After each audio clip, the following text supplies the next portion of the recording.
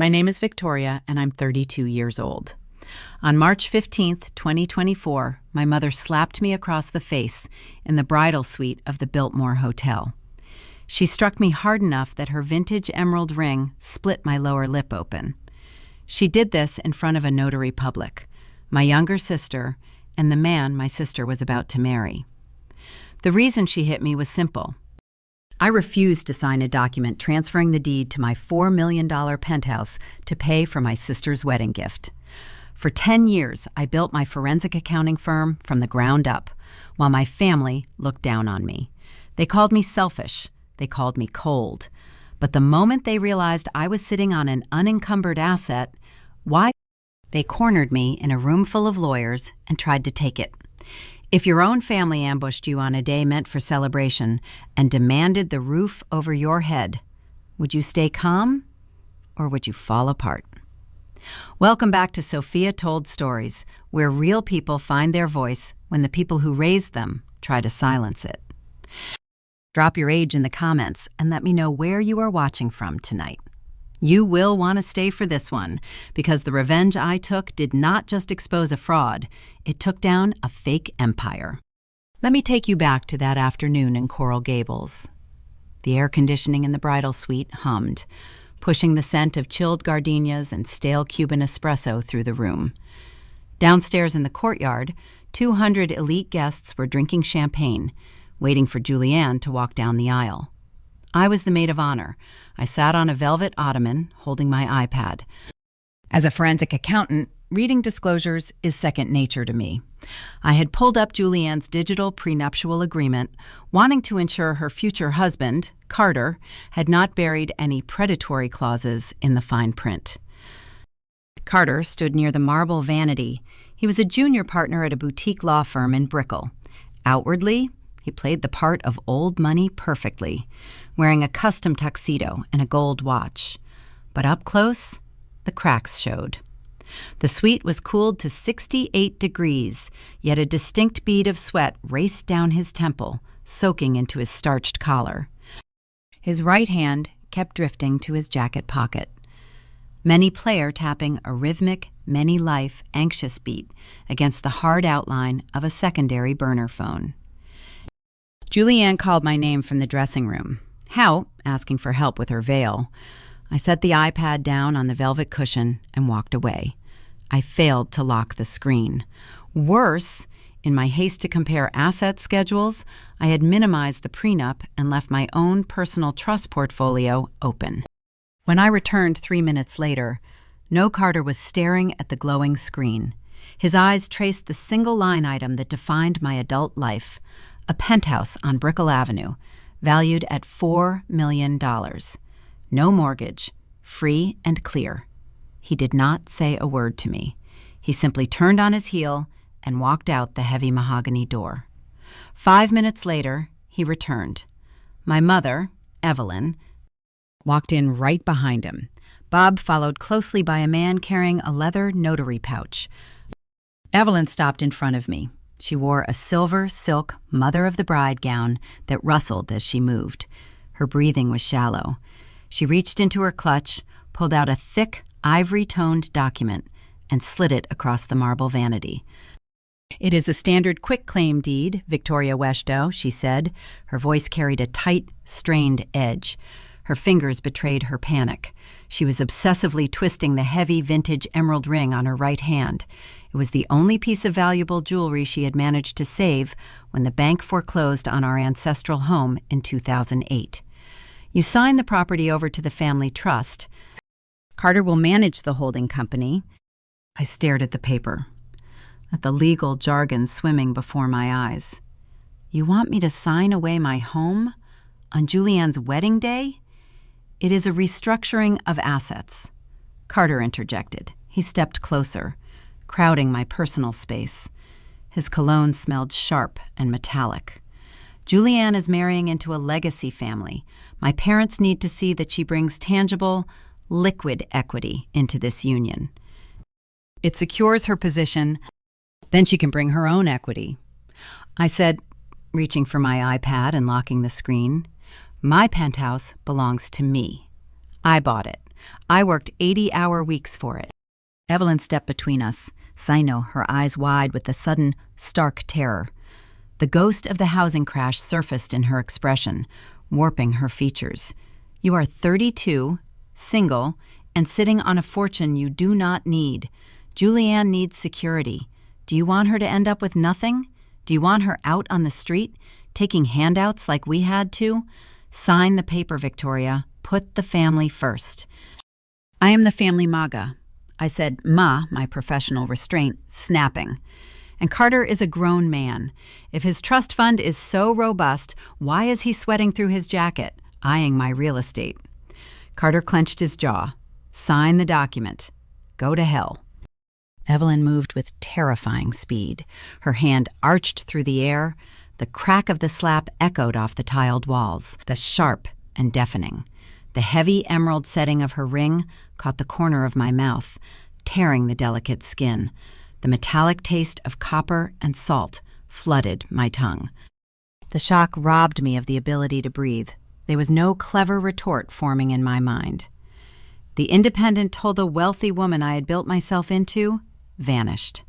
The little girl inside me, the one who had spent a decade building a financial fortress just to earn an ounce of her mother's respect, shattered into 1,000 pieces.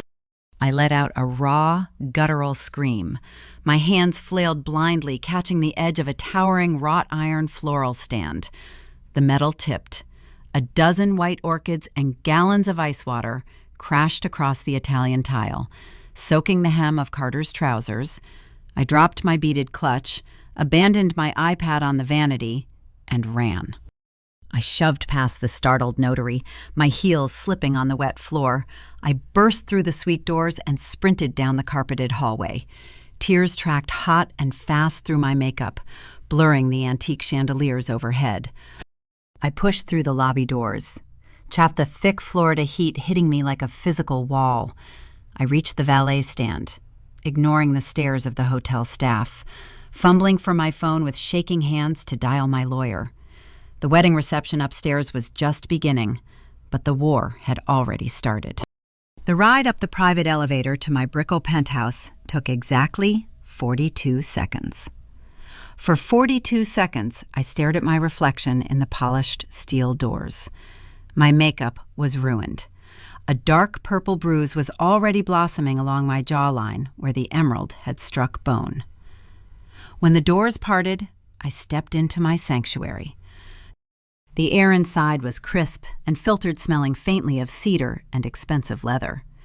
I walked past the imported Italian furniture and stood by the floor-to-ceiling hurricane impact glass. Below me, the city of Miami sprawled out in a grid of glittering traffic and neon lights. But up here, I was sealed off from the chaos. I had paid $4 million for this silence. I thought it would keep me safe. I walked into the master bathroom and pressed a cube of ice wrapped in a washcloth against my swelling lip. The cold stung deep, drawing a sharp hiss from my throat. I stared at my own eyes in the vanity mirror. I wanted to feel a righteous fury. I wanted to strategize my retaliation like the clinical forensic accountant I am. Instead, a heavy, suffocating grief wrapped around my chest. My own mother had looked at me and seen nothing but a stepping stone for her favorite child. But as the ice melted against my skin, the memory of another stifling afternoon forced its way to the surface. It was August 2008. The air in Coral Gables had felt like a wet wool blanket. I was 16 years old, standing on the sidewalk, watching a Miami-Dade sheriff bolt a heavy brass padlock onto the front door of our ancestral home. The housing market had crashed and took my father's pension with it. The bank did not care about our legacy or the custom-imported Spanish tiles. They just took it all. I remembered the neighbors watching us from behind their white plantation shutters. My father stood frozen by the trunk of our packed sedan, staring at his shoes. But my mother broke. Evelyn did not just cry, she collapsed. She dropped to her knees on the manicured St. Augustine grass and began clawing at the dirt. Her perfect French manicure cracked and bled as she dug her fingers into the soil. She wept with a primal, terrifying sound, pulling the grass out by the roots, screaming that we were nobodies now. She screamed that the world only respects people who own the ground they stand on. That day fractured her mind. It instilled a deep, visceral terror of poverty that dictated every decision she made for the next 16 years. She viewed real estate not as a home, but as a life raft in a perpetual storm. Standing in my bathroom, brushing away a fresh tear, I realized her demand in the bridal suite was not born of pure greed. It was born of that same 16-year-old panic. She looked at Julianne marrying into a wealthy family and saw a fragile arrangement that could evaporate overnight. She wanted to secure a life raft for her golden child, and she was willing to drown me to do it. I walked out of the bathroom and into the sprawling kitchen. The countertops were vast expanses of white marble, pristine and empty. I walked over to the dry bar and poured 2 fingers of bourbon into a heavy crystal tumbler. I raised the glass to my lips, but the alcohol stung the open cut, causing me to flinch. The pain shattered whatever fragile restraint I had left. I did not want to be the understanding daughter. I did not want to be the quiet bank. I wanted a mother who loved me more than she feared being poor. A blind, searing wave of grief washed over me. I turned and hurled the heavy crystal tumbler across the room. It struck the marble backsplash with a deafening crash, sending shards of thick glass and amber liquid raining across the pristine floor. I dropped to my knees, clutching my stomach, sobbing into the empty, echoing space of my fortress. I was rich. I was secure. And I had never felt more isolated in my entire life. A sharp, persistent buzz pulled me from the floor. My phone was vibrating on the kitchen island. I wiped my face with the back of my hand and stood up, ignoring the glass crunching beneath my shoes. The screen displayed 5 new text messages. They were from Julianne. I had left my iPad on the velvet ottoman in the Biltmore suite when I fled. Julianne had found it. The messages on my phone were not apologies for the slap. They were a frantic series of screenshots sent via our shared iCloud sync. Julianne had bypassed the wedding reception, hiding in a bathroom stall out of sheer guilt over what her husband and mother had done to me. She had scrolled through the open applications on my device, hoping to find a way to reach me, but instead she had opened a forwarded email chain. Carter had made a crucial mistake. He had used Julianne's laptop earlier in the week to send a batch of documents to my mother, and the correspondence was still cached in Julianne's sent folder. Julianne took screenshots of the exchange and sent them directly to my phone. I opened the first image. It was an email dated 3 weeks ago. The sender was Carter. The recipient was Evelyn. I zoomed in on the text. The words burned themselves into my retinas. Evelyn, I reviewed the public property records. Victoria owns the Brickell property, free and clear. My parents are threatening to cancel the trust disbursement for our wedding if Julianne does not bring equal equity to the marriage. If they cut me off, Julianne will have nothing. We will be ruined. You need to get Victoria to sign a quitclaim deed. Make her understand the stakes. Remind her what happens when the bank comes calling. You know how to push her buttons. Get it done before the ceremony. I swiped to the next screenshot. It was a reply from Evelyn. She sounded hesitant. Carter, I cannot ask Victoria to give up her home. She worked too hard for it. She will not listen to me. The final screenshot was Carter's response. His tone was cold and commanding.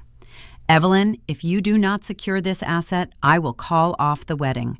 Julianne will be a disgraced runaway bride, and she will be right back in a rented apartment, struggling to buy groceries.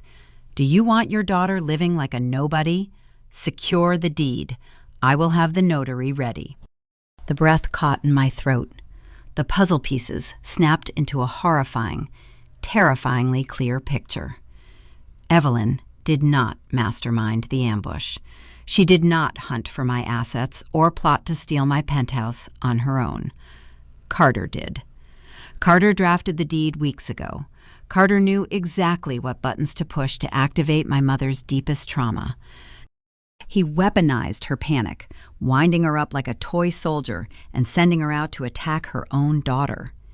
He used her terror of poverty to do his dirty work, keeping his own hands clean.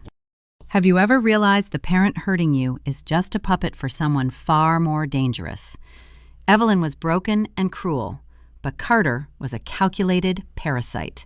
He was willing to destroy my family and manipulate a traumatized older woman just to line his own pockets and impress his wealthy parents. He looked at my decade of grueling work and saw nothing but a piggy bank to fund his elite lifestyle. The grief that had dropped me to the kitchen floor evaporated. The tears dried hot and tight against my cheeks. I stared at the shattered crystal on the floor. I was no longer a wounded daughter mourning a broken family. I was a forensic accountant staring at a paper trail of extortion. Carter thought he could orchestrate a property theft and walk away unscathed. He thought I would just run away and hide in my tower. I tapped the screen, dialing my litigator. I was going to use every dollar of my equity to bury him. But when the call connected, the words my attorney spoke would stop my heart beating in my chest. Carter had not just planned for my refusal. He had already executed a backup plan that would trap me in a legal nightmare before the sun even set. The voice on the other end of the line was my attorney. I told him I needed liquid capital immediately. I wanted to open a home equity line of credit against the Penthouse. I needed a war chest. I wanted a legal defense fund large enough to hire the most ruthless litigators in South Florida. My attorney agreed and promised to expedite the paperwork with my wealth manager. I spent Monday night pacing the imported hardwood floors of my condo, fueled by adrenaline and the screenshots Julianne had sent me. Carter wanted a war over real estate. I was prepared to give him one. Tuesday morning, I sat in the plush leather chair of a private wealth management office in downtown Miami. The air in the office was crisp, smelling of expensive cologne and freshly printed paper. The loan officer was a man I had worked with for 5 years. He knew my portfolio inside and out. He stared at his computer screen for a long time. Then he took off his wire-rimmed glasses and rubbed the bridge of his nose. He looked incredibly uncomfortable. "Victoria," he said quietly, "I cannot approve this credit line. Your title is encumbered." I laughed, a dry, hollow sound. I told him he was mistaken. I owned the Brickell property free and clear. I paid cash for the final installment 3 years ago. The loan officer turned his monitor toward me, pointing to a newly filed document. Carter did not file a vague lawsuit claiming emotional distress or family equity. He used his position as a partner at a boutique firm to file a fraudulent attorney lien against my home. The recorded document claimed his law firm had provided $500,000 in unpaid legal consulting during the acquisition and renovation of my penthouse. It was a brilliant, insidious legal fiction. He had never billed me a single hour. I had never signed a retainer with his firm. But in the state of Florida, a recorded lien acts as a thick, dark cloud on the title. It serves as a heavy financial anchor. Until the claim is resolved in a court of law, the property cannot be sold, transferred, or borrowed against.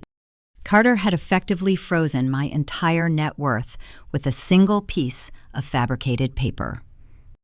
I left the bank and drove straight to the Miami-Dade County Courthouse. The air outside was thick and oppressive, the humidity clinging to my skin like a wet shroud. I marched through the metal detectors and into the records division. The space was a chaotic, bureaucratic nightmare. Fluorescent lights flickered over rows of exhausted clerks and frustrated residents. People shouted in a rapid-fire mix of Spanish and English, waving thick stacks of documents. They were fighting against a municipal machine that moved at a glacial pace. I stood in a stagnant line for 45 minutes just to pull the physical copy of the filing with my own hands. My litigator called me while I stood in the crowded hallway, clutching the stamped paperwork. He explained the brutal reality of the civil justice system. We could file an emergency motion to strike the lien, but the county dockets were backed up for months. Carter knew this. He had weaponized the judicial backlog. He knew I needed cash to hire the kind of corporate sharks who could destroy his career. By freezing the Penthouse, he cut off my supply line before the battle even began. He trapped me inside my own $4 million fortress.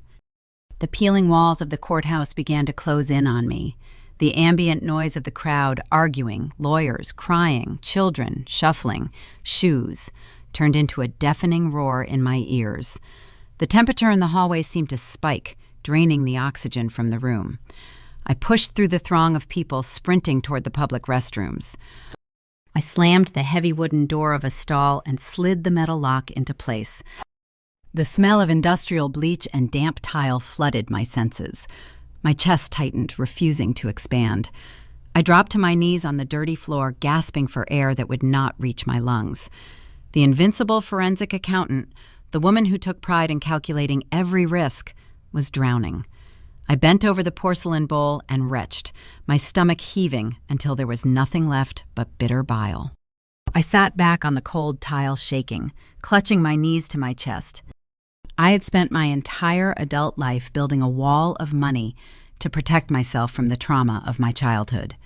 I traded relationships, vacations, and peace of mind for financial security. I thought equity was armor. Sitting on the bathroom floor, I realized Carter had forced me to experience the exact same suffocating terror my mother felt in 2008. He stripped away my financial agency. He made me feel poor while standing inside a fortune. He used my own asset as a cage. What is your first move when you wake up and discover your abuser has legally frozen your entire life's work? How do you fight a monster when the weapon you spent a decade sharpening is locked inside a vault and he holds the only key? I stayed on that bathroom floor for 20 minutes. I listened to the echoing footsteps of strangers outside the stall. I let the humiliation wash over me until it burned out. Slowly, the frantic beating of my heart began to slow. The panic receded, leaving behind a cold, hardened resolve. I stood up, walked to the sink, and splashed cold water on my face. I stared at my pale reflection in the scratched mirror. The purple bruise on my lip was a glaring reminder of my family's betrayal. I could not fight him with cash. The bank was closed to me. But Carter forgot one crucial detail about my profession. I did not build my firm by spending money. I built it by uncovering the money other people tried to hide. I tracked discrepancies for a living. I unraveled complex offshore accounts for clients dealing with corporate espionage. Carter thought a fake lien would render me harmless. He failed to understand that taking away my money only left me with my intellect. If I could not use my own equity, I was going to dismantle his. I was going to tear through his financial history until I found the rot hiding beneath his custom suits and gold watches.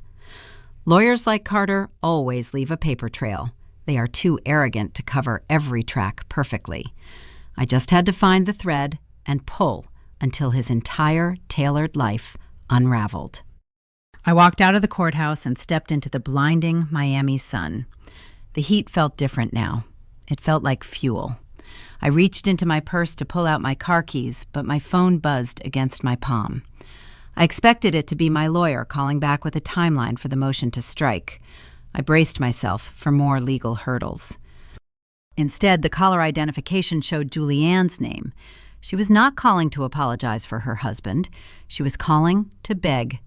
And the location she chose for our secret meeting would send me chasing a phantom enemy that Carter had brilliantly constructed to keep me looking in the exact wrong direction.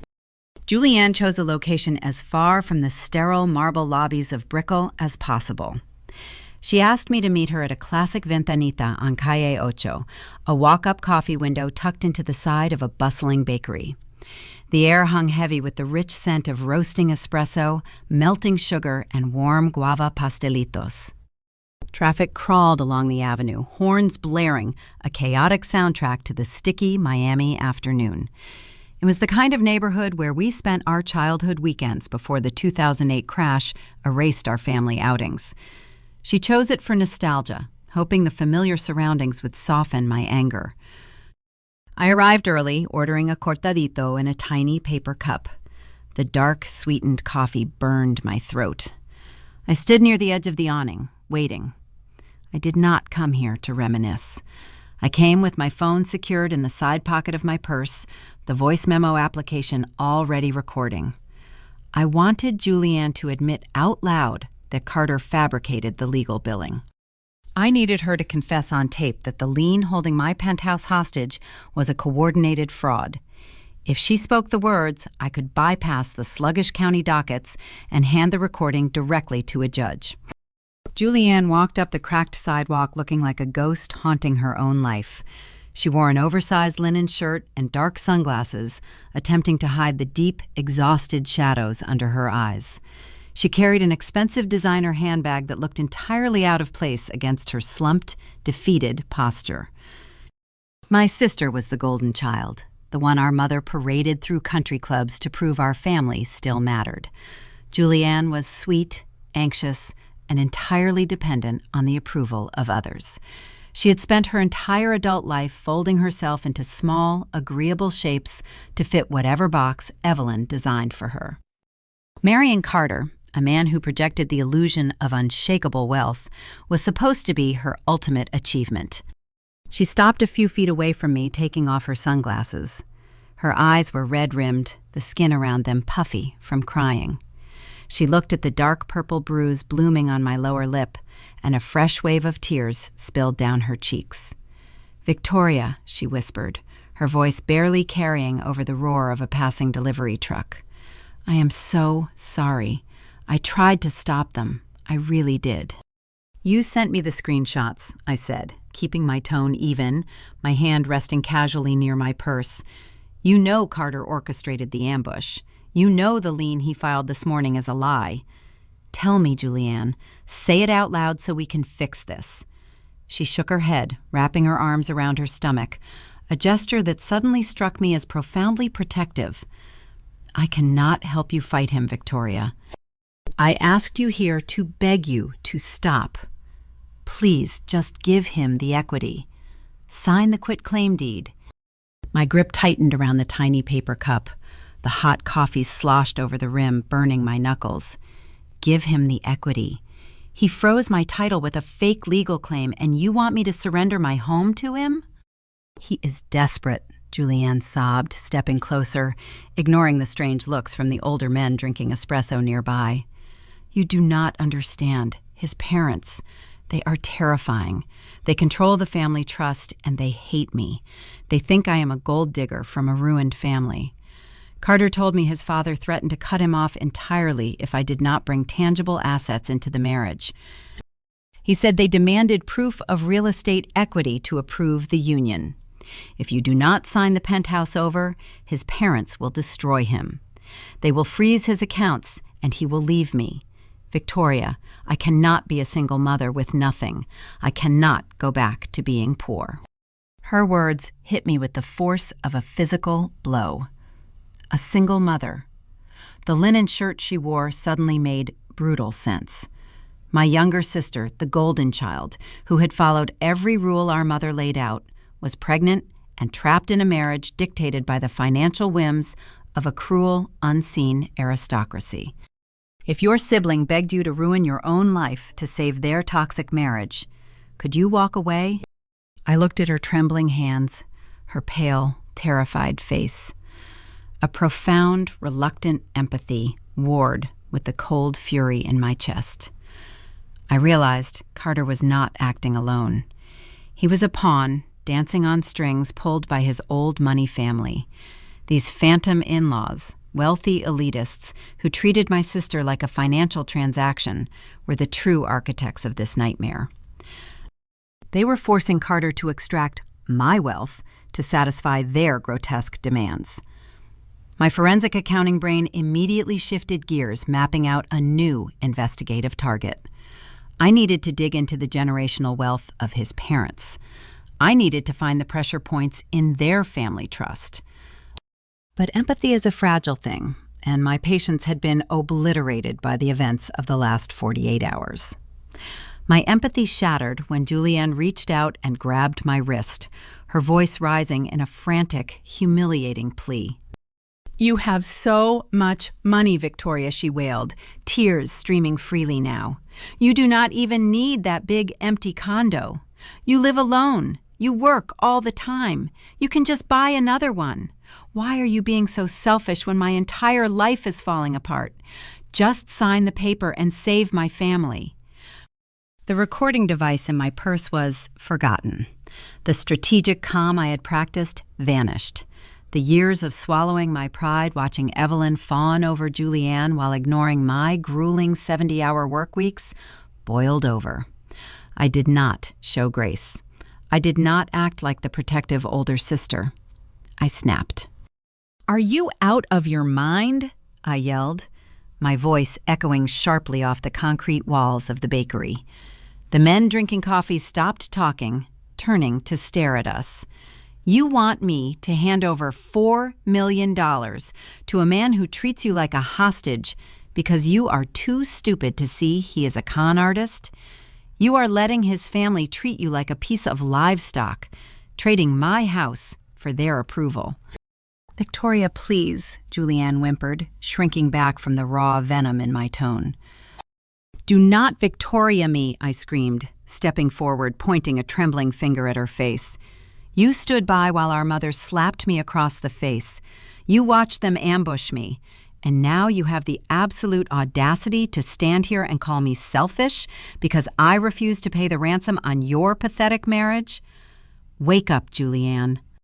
If his parents need my money to accept you, they do not love you, and neither does he. You are just a transaction." Julianne covered her face with her hands, letting out a loud, ragged sob. She turned and ran down Calle Ocho, her oversized shirt billowing behind her, disappearing into the heavy afternoon crowd. I stood alone by the ventanita, my chest heaving, the bitter taste of espresso and regret coating my tongue. I had just verbally destroyed my pregnant sister in public. I had victim-blamed a woman drowning in anxiety instead of offering her a lifeline. I felt sick to my stomach. I pulled my phone out of my purse, stopping the voice recording. It was useless. She never admitted Carter lied about the legal billing. She only rambled about his terrifying parents. I had lost the opportunity to secure a quick legal victory, but her panicked confession gave me a target. I walked back to my car, the Florida sun beating down mercilessly on the asphalt. Carter thought he could hide behind his elite lineage. He thought his wealthy parents could demand my assets from behind a curtain of old money respectability. I sat in the driver's seat and opened my laptop, balancing it on the steering wheel. I was going to rip the curtain down. I was going to audit the generational wealth of his family trust until I found the leverage I needed to force them to back off. I started typing, accessing the public records databases for his family name. But what I would uncover deep in the municipal filings would reveal a truth far more disturbing than a demanding aristocracy. I was hunting a ghost, and the real monster was bleeding cash in a swamp 100 miles away. The ride up the private elevator to my Brickell penthouse took exactly 42 seconds. For 42 seconds, I stared at my reflection in the polished steel doors. My makeup was ruined. A dark purple bruise was already blossoming along my jawline, where the emerald had struck bone. When the doors parted, I stepped into my sanctuary. The air inside was crisp and filtered, smelling faintly of cedar and expensive leather. I walked past the imported Italian furniture and stood by the floor-to-ceiling hurricane impact glass. Below me, the city of Miami sprawled out in a grid of glittering traffic and neon lights. But up here, I was sealed off from the chaos. I had paid $4 million for this silence. I thought it would keep me safe. I walked into the master bathroom and pressed a cube of ice wrapped in a washcloth against my swelling lip. The cold stung deep, drawing a sharp hiss from my throat. I stared at my own eyes in the vanity mirror. I wanted to feel a righteous fury. I wanted to strategize my retaliation like the clinical forensic accountant I am. Instead, a heavy, suffocating grief wrapped around my chest. My own mother had looked at me and seen nothing but a stepping stone for her favorite child.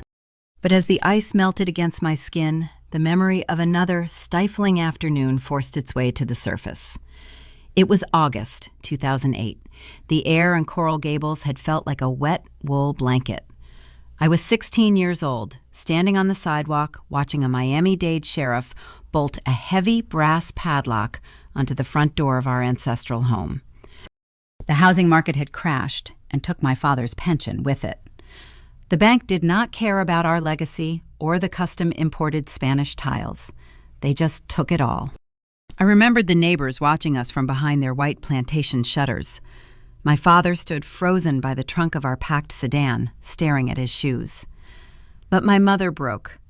Evelyn did not just cry. She collapsed. She dropped to her knees on the manicured St. Augustine grass and began clawing at the dirt. Her perfect French manicure cracked and bled as she dug her fingers into the soil. She wept with a primal, terrifying sound, pulling the grass out by the roots, screaming that we were nobodies now. She screamed that the world only respects people who own the ground they stand on. That day fractured her mind. It instilled a deep, visceral terror of poverty that dictated every decision she made for the next 16 years. She viewed real estate not as a home, but as a life raft in a perpetual storm. Standing in my bathroom, brushing away a fresh tear, I realized her demand in the bridal suite was not born of pure greed. It was born of that same 16-year-old panic. She looked at Julianne marrying into a wealthy family and saw a fragile arrangement that could evaporate overnight. She wanted to secure a life raft for her golden child, and she was willing to drown me to do it. I walked out of the bathroom and into the sprawling kitchen. The countertops were vast expanses of white marble, pristine and empty. I walked over to the dry bar and poured 2 fingers of bourbon into a heavy crystal tumbler. I raised the glass to my lips, but the alcohol stung the open cut, causing me to flinch. The pain shattered whatever fragile restraint I had left. I did not want to be the understanding daughter. I did not want to be the quiet bank. I wanted a mother who loved me more than she feared being poor. A blind, searing wave of grief washed over me. I turned and hurled the heavy crystal tumbler across the room. It struck the marble backsplash with a deafening crash, sending shards of thick glass and amber liquid raining across the pristine floor. I dropped to my knees, clutching my stomach, sobbing into the empty, echoing space of my fortress. I was rich. I was secure. And I had never felt more isolated in my entire life. A sharp, persistent buzz pulled me from the floor. My phone was vibrating on the kitchen island. I wiped my face with the back of my hand and stood up, ignoring the glass crunching beneath my shoes. The screen displayed 5 new text messages. They were from Julianne. I had left my iPad on the velvet ottoman in the Biltmore suite when I fled. Julianne had found it. The messages on my phone were not apologies for the slap. They were a frantic series of screenshots sent via our shared iCloud sync. Julianne had bypassed the wedding reception, hiding in a bathroom stall, out of sheer guilt over what her husband and mother had done to me. She had scrolled through the open applications on my device, hoping to find a way to reach me. But instead, she had opened a forwarded email chain. Carter had made a crucial mistake. He had used Julianne's laptop earlier in the week to send a batch of documents to my mother, and the correspondence was still cached in Julianne's sent folder. Julianne took screenshots of the exchange and sent them directly to my phone. I opened the first image. It was an email dated 3 weeks ago. The sender was Carter. The recipient was Evelyn. I zoomed in on the text. The words burned themselves into my retinas. Evelyn, I reviewed the public property records. Victoria owns the Brickell property free and clear. My parents are threatening to cancel the trust disbursement for our wedding if Julianne does not bring equal equity to the marriage. If they cut me off, Julianne will have nothing. We will be ruined. You need to get Victoria to sign a quitclaim deed. Make her understand the stakes. Remind her what happens when the bank comes calling. You know how to push her buttons. Get it done before the ceremony." I swiped to the next screenshot. It was a reply from Evelyn. She sounded hesitant. "Carter, I cannot ask Victoria to give up her home. She worked too hard for it. She will not listen to me." The final screenshot was Carter's response. His tone was cold and commanding. "Evelyn, if you do not secure this asset, I will call off the wedding. Julianne will be a disgraced runaway bride, and she will be right back in a rented apartment struggling to buy groceries. Do you want your daughter living like a nobody? Secure the deed. I will have the notary ready." The breath caught in my throat. The puzzle pieces snapped into a horrifying, terrifyingly clear picture. Evelyn did not mastermind the ambush. She did not hunt for my assets or plot to steal my penthouse on her own. Carter did. Carter drafted the deed weeks ago. Carter knew exactly what buttons to push to activate my mother's deepest trauma. He weaponized her panic, winding her up like a toy soldier and sending her out to attack her own daughter. He used her terror of poverty to do his dirty work, keeping his own hands clean. Have you ever realized the parent hurting you is just a puppet for someone far more dangerous? Evelyn was broken and cruel, but Carter was a calculated parasite. He was willing to destroy my family and manipulate a traumatized older woman just to line his own pockets and impress his wealthy parents. He looked at my decade of grueling work and saw nothing but a piggy bank to fund his elite lifestyle. The grief that had dropped me to the kitchen floor evaporated. The tears dried hot and tight against my cheeks. I stared at the shattered crystal on the floor. I was no longer a wounded daughter mourning a broken family. I was a forensic accountant staring at a paper trail of extortion. Carter thought he could orchestrate a property theft and walk away unscathed. He thought I would just run away and hide in my tower. I tapped the screen, dialing my litigator. I was going to use every dollar of my equity to bury him. But when the call connected, the words my attorney spoke would stop my heart beating in my chest. Carter had not just planned for my refusal.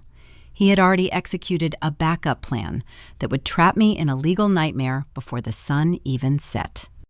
I spent 3 grueling days digging through municipal records, mapping the intricate web of shell companies Carter used to hide his financial decay. The paper trail led straight from his burner phone to a restricted Cayman Islands account, and finally to a sinking commercial development in the Everglades. He was drowning in toxic debt. He did not want my penthouse to impress a phantom aristocracy. He needed my equity to plug a fatal hole in his own sinking ship. Armed with this knowledge, I should have felt invincible. Instead, I felt a creeping, exhausting dread as the sky outside my window turned the color of a bruised plum. A tropical depression was stalling off the coast of Cuba, gathering strength and pushing a heavy, suffocating moisture into South Florida. The barometric pressure plummeted, sending a dull ache deep into my joints. Down on the street, Miami was engaging in its familiar chaotic storm ritual. People were stripping the shelves of bottled water at Publix and idling in endless lines at the gas stations. I stood in my kitchen taping large protective patterns across the few glass panes that were not hurricane-rated. It was a mechanical, mindless task that kept my hands busy while my brain spun wildly out of control. My building requires guests to pass a strict security check at the lobby desk. I manage the guest registry through a digital portal on my phone. After the ambush at the wedding, I should have locked my profile down, restricting all family members from entering the premises. I told my lawyer I had done exactly that to protect myself, but the truth was, I left Evelyn's name on the approved list. I left the digital gate open because the hardened accountant in me was still fighting a losing battle against the neglected daughter. A pathetic, buried part of my soul wanted my mother to realize the gravity of what she had done and come looking for me. The elevator chime broke the heavy silence of the apartment. I froze, dropping the roll of masking tape onto the marble counter. The polished steel doors slid apart. Evelyn stepped into my foyer. She did not look like the commanding Coral Gables socialite who had demanded my obedience in the Biltmore suite.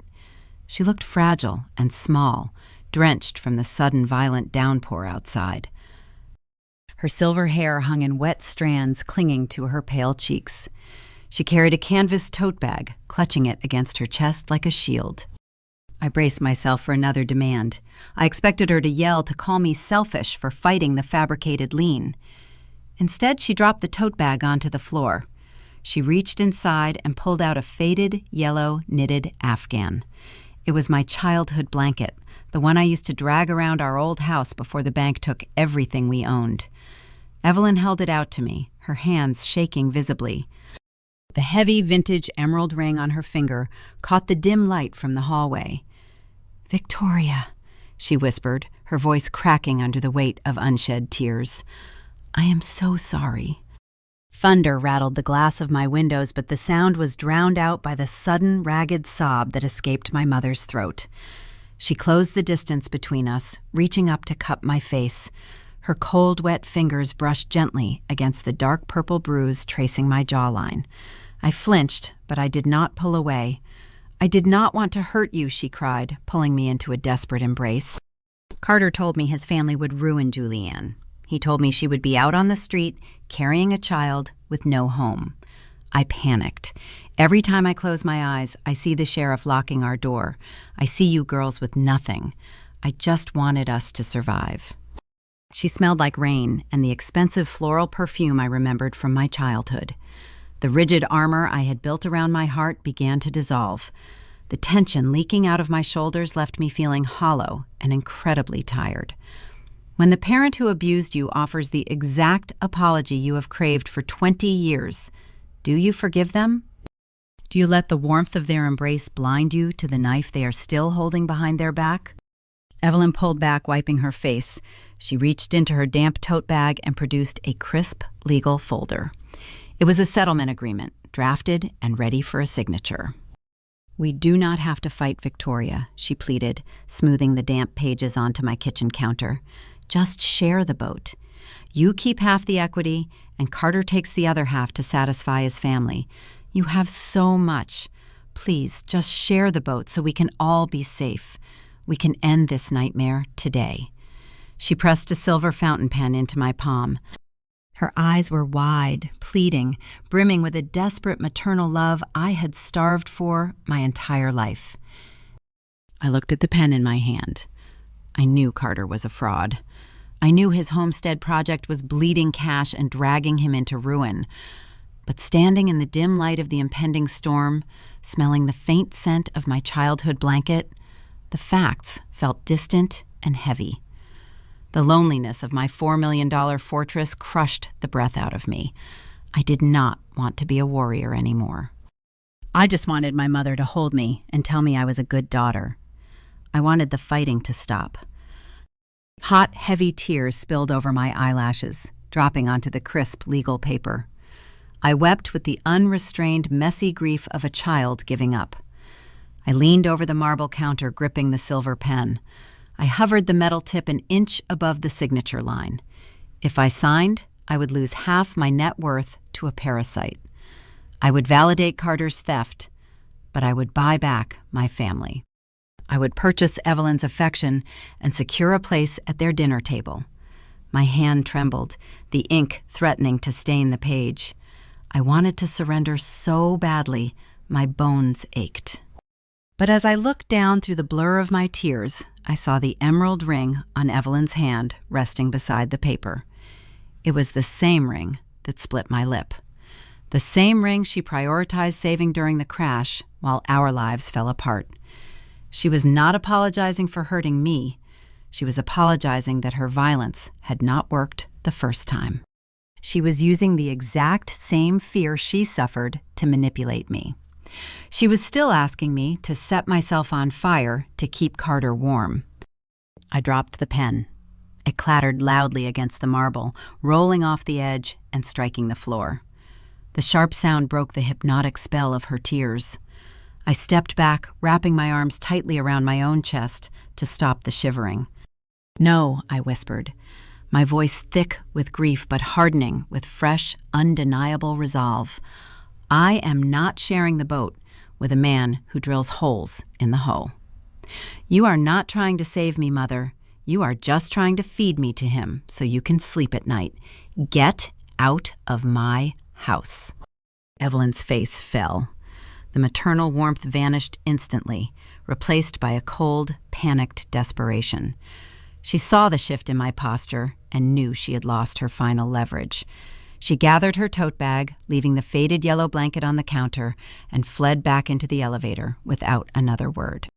I stood alone in the dim kitchen listening to the storm lash against the glass. I picked up my phone, my hands still shaking from the adrenaline of my near submission. I took a photo of the unsigned settlement agreement and a close-up photo of my bruised face. I selected my father's contact profile. Harrison had remained cowardly silent through this entire ordeal, choosing to hide in the shadows rather than confront his wife. I sent both photos to him. I attached a single sentence. See what your silence is forcing me to endure? The message delivered. I knew my father would not be able to ignore the visual proof of his wife's relentless extortion. He was going to have to choose a side, and the dark secrets he held would redirect my fury from a defensive legal battle into a total financial execution. The storm outside was just beginning, but the hurricane I was about to unleash on Carter would leave nothing standing. The photographs I sent to my father delivered the exact jolt of guilt I intended. Harrison had spent the last 2 decades acting as a passive observer in his own family. He was a retired high school principal who had retreated into silence after the housing crash, allowing Evelyn's trauma and manic control to dictate the narrative of our lives. He loved us, but he lacked the backbone to fight the hurricane that was his wife. When the text mark delivered, I expected him to call me and offer empty, comforting words. I expected him to apologize for Evelyn's behavior while urging me to keep the peace. I did not expect him to reply with a secured location and a time. The text message read, "Take the morning ferry to Key Biscayne. Do not bring your lawyer." The tropical storm had passed, leaving the air washed clean and smelling of salt and wet concrete. The morning sun was blinding, bouncing off the turquoise water of Biscayne Bay. I parked my car near the docks and boarded the small passenger ferry. The diesel engine hummed, vibrating through the metal deck. The salty breeze whipped through the open cabin, tangling my hair. Tourists sat near the rails taking pictures of the sprawling Miami skyline, while I sat in a plastic chair near the stern, my heart hammering a frantic rhythm against my ribs. Harrison sat 2 rows behind me, wearing a faded polo shirt and a canvas fishing hat pulled low over his eyes. He looked older than his 65 years, his shoulders slumped under an invisible weight. He waited until the ferry was halfway across the bay, far from the docks and the prying eyes of Carter's legal associates. He stood up, swaying slightly with the motion of the boat, and walked over to my row. He did not hug me. He did not look at the fading purple bruise on my face. He simply slid a thick manila envelope onto the plastic seat next to me and sat down heavily. I looked at the envelope. "What is this?" I asked, my voice barely audible over the roar of the diesel engine. "It is the truth," Harrison said, staring straight ahead at the churning wake of the boat. "I could not stop your mother from hitting you, Victoria. I am sorry for that. But I can give you the ammunition you need to stop Carter. I have been intercepting the mail he routes to a post office box near the house. I knew he was hiding something from Julianne. I just did not realize how deep the rot went until I opened these statements." I picked up the envelope. The paper felt heavy and dangerous. I tore the flap open and pulled out a stack of financial documents. They were not printouts from a basic checking account. They were certified letters from a private equity firm in New York and heavily redacted statements from a high-yield debt servicing company. I scanned the numbers, my forensic accounting instincts immediately overriding my emotional shock. The first document was a background dossier on Carter's family trust. The old money aristocracy Julianne was so terrified of offending did not exist. His parents had filed for Chapter 7 bankruptcy a decade ago after squandering their generational wealth on failed ventures. Carter's entire persona, the custom, suits the boutique law firm partnership, the elite country club memberships, was a fabricated illusion funded entirely by leverage and high-interest loans. He was a walking Ponzi scheme, using his law license to project an image of stability while drowning in debt. The second document was the smoking gun. It was a formal notice of a margin call. The private equity lender had financed Carter's massive commercial real estate project in Homestead. The project was failing, bleeding cash into the swamp. The lender had lost patience. They were demanding an immediate injection of capital to cover the depreciating value of the asset. The deadline for the margin call was less than 3 weeks away. The total amount due was $4.2 million. If Carter did not produce the cash, the lender would seize his remaining assets, force his firm into bankruptcy, and expose his fraud to the entire legal community. He would be ruined. The puzzle was finally complete. The Penthouse was never a family asset grab to impress his wealthy parents.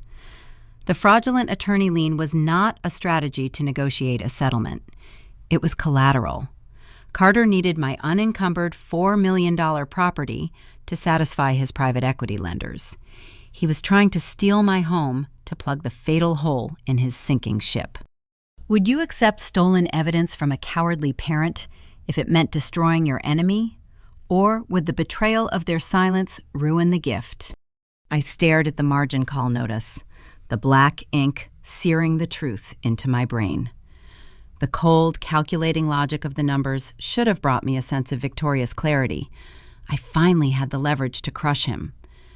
But the presence of my father, sitting beside me, staring blankly at the ocean, ignited a sudden, blinding fury.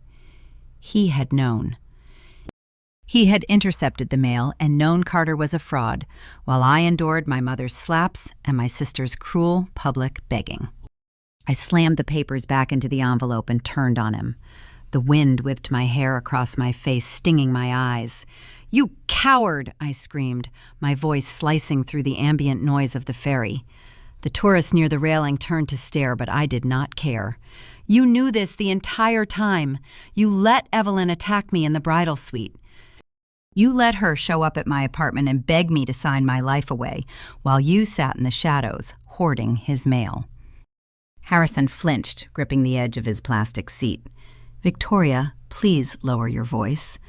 I was trying to figure out how to handle it without destroying Julianne's marriage.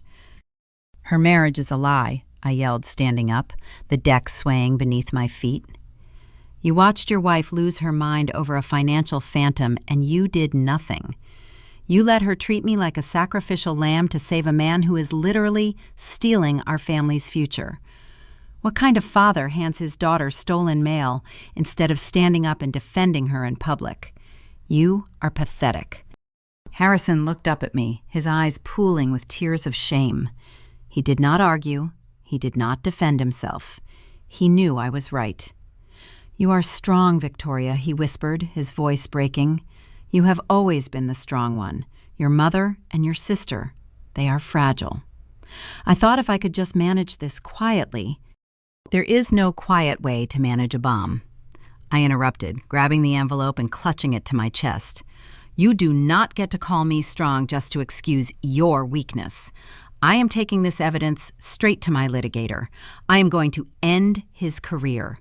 And when the fallout hits, Evelyn and Julianne do not come crying to me because you were too scared to stop it." I turned my back on him and walked to the bow of the ferry, letting the harsh salt spray wash the hot tears from my face. I had the weapon I needed, but the victory tasted like ash. My father had sacrificed my emotional safety to protect his own peace. The margin call proved Carter was desperate, and desperate men do not surrender easily. They fight dirty. I arrived at my attorney's office an hour later, slamming the manila envelope onto his polished mahogany desk. I instructed him to draft a slander of title countersuit immediately. I wanted to force Carter into a corner, to make him bleed legal fees he did not possess. I wanted the threat of massive financial sanctions to crush his fabricated lien. I believed the evidence of his fraud would expedite the justice system and deliver a swift, brutal end to his extortion. But the legal system in Miami-Dade County does not care about justice. It cares about procedure. And the procedural hurdle my attorney was about to explain would trap me in an agonizing, sweltering nightmare, giving Carter exactly what he needed to execute his final, most dangerous play. My attorney reviewed the margin call documents with the clinical detachment of a surgeon examining a tumor. He spread the stolen mail across his mahogany desk, tracing the desperate financial maneuvers Carter had executed over the past year. The private equity lender was closing in, and my brother-in-law needed a $4 million injection of capital to avoid total ruin. The fake legal billing he filed against my penthouse was his only lifeline. It was a bold, predatory move. My attorney looked up from the papers, tapping his gold pen against a leather folio. "This is solid evidence, Victoria," he said, his voice steady. "We can prove his legal lien is a fabrication designed to extort you. I will draft a slander of title countersuit immediately. We will demand the lien be struck and ask the court for severe financial sanctions against his law firm." I leaned forward, gripping the arms of my leather chair. "Do it," I instructed. "Hit him with everything we have. I want his partners to know he is using their firm letterhead to run a real estate scam. The threat of Florida bar penalties and massive sanctions should terrify them into dropping the claim by the end of the week." It was a logical, aggressive strategy. I was using my forensic capital to outmaneuver his legal fiction. We filed the countersuit the following morning, requesting an expedited evidentiary hearing to clear the cloud on my title. I anticipated a swift, decisive victory. I assumed the judge would review the blatant fraud and immediately release my property. I underestimated the crushing bureaucratic weight of the Miami-Dade civil justice system. August arrived, wrapping South Florida in a suffocating 100-degree heat. The humidity was a physical force clinging to the skin and making the air difficult to breathe. The relentless temperature spiked tempers across the city, turning every interaction into a potential confrontation. I spent the summer trapped in an agonizing legal limbo. The court system was not swift. It was paralyzed by a massive backlog of civil disputes, property claims, and administrative delays. On a blistering Tuesday afternoon, I stood in the hallway of the county courthouse, wearing a tailored suit that felt like a sauna. My attorney emerged from the judge's chambers holding a manila folder. His expression was grim. The deep lines around his mouth signaled a defeat before he even spoke a word. "The judge reviewed our motion for an expedited hearing," he said, keeping his voice low as other lawyers pushed past us. "The docket is full, Victoria. There are simply too many cases ahead of ours." The judge acknowledged the severity of the allegations, but he refused to let us jump the line.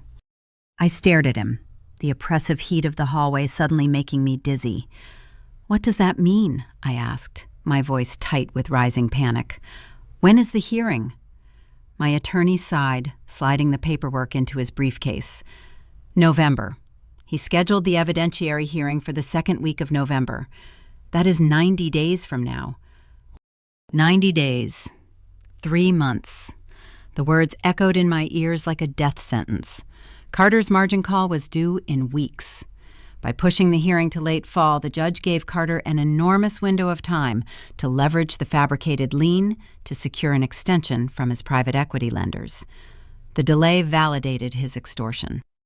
I was grounded, my equity completely frozen, unable to sell or borrow against my own home, while I hemorrhaged cash, paying exorbitant hourly legal fees to fight a battle that was put on pause. How do you survive when the justice system tells you to wait 3 months while your abuser lives comfortably? How do you maintain your sanity when the law protects the parasite and punishes the host? I did not maintain my sanity. I snapped.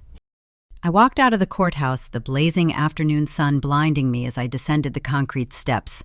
I marched toward the parking garage, the heat radiating off the asphalt, melting the soles of my shoes. I reached my car, a sleek, dark sedan that represented my hard-earned independence, and the frustration boiled over.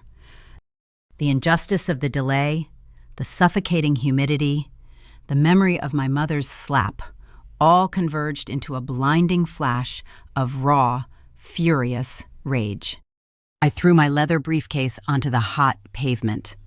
I screamed a raw, primal sound of pure anger that echoed through the concrete levels of the garage. I did not care who heard me. I turned and kicked the front tire of my car with all the force I could muster. I wanted to break something. I wanted to shatter the invisible cage Carter had built around me. The heavy, reinforced rubber of the tire did not yield. The impact sent a sharp, agonizing crack through my foot. Pain shot up my leg, stealing my breath. I stumbled backward, dropping onto the dirty asphalt, clutching my foot. I had just fractured my own toe in a fit of absolute, helpless rage. I sat on the scorching ground, tears of pain and humiliation streaming down my face.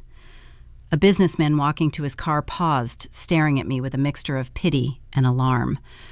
I waved him off, biting my lip to stifle a sob.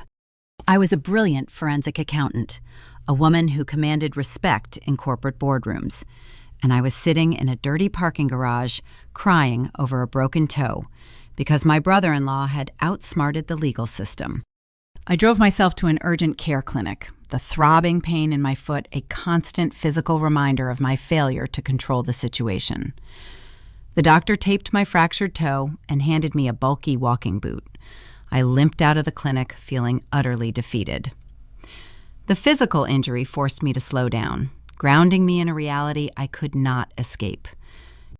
I was trapped paying massive legal bills, unable to touch my $4 million asset, limping through a suffocating summer, while Carter bought the time he desperately needed.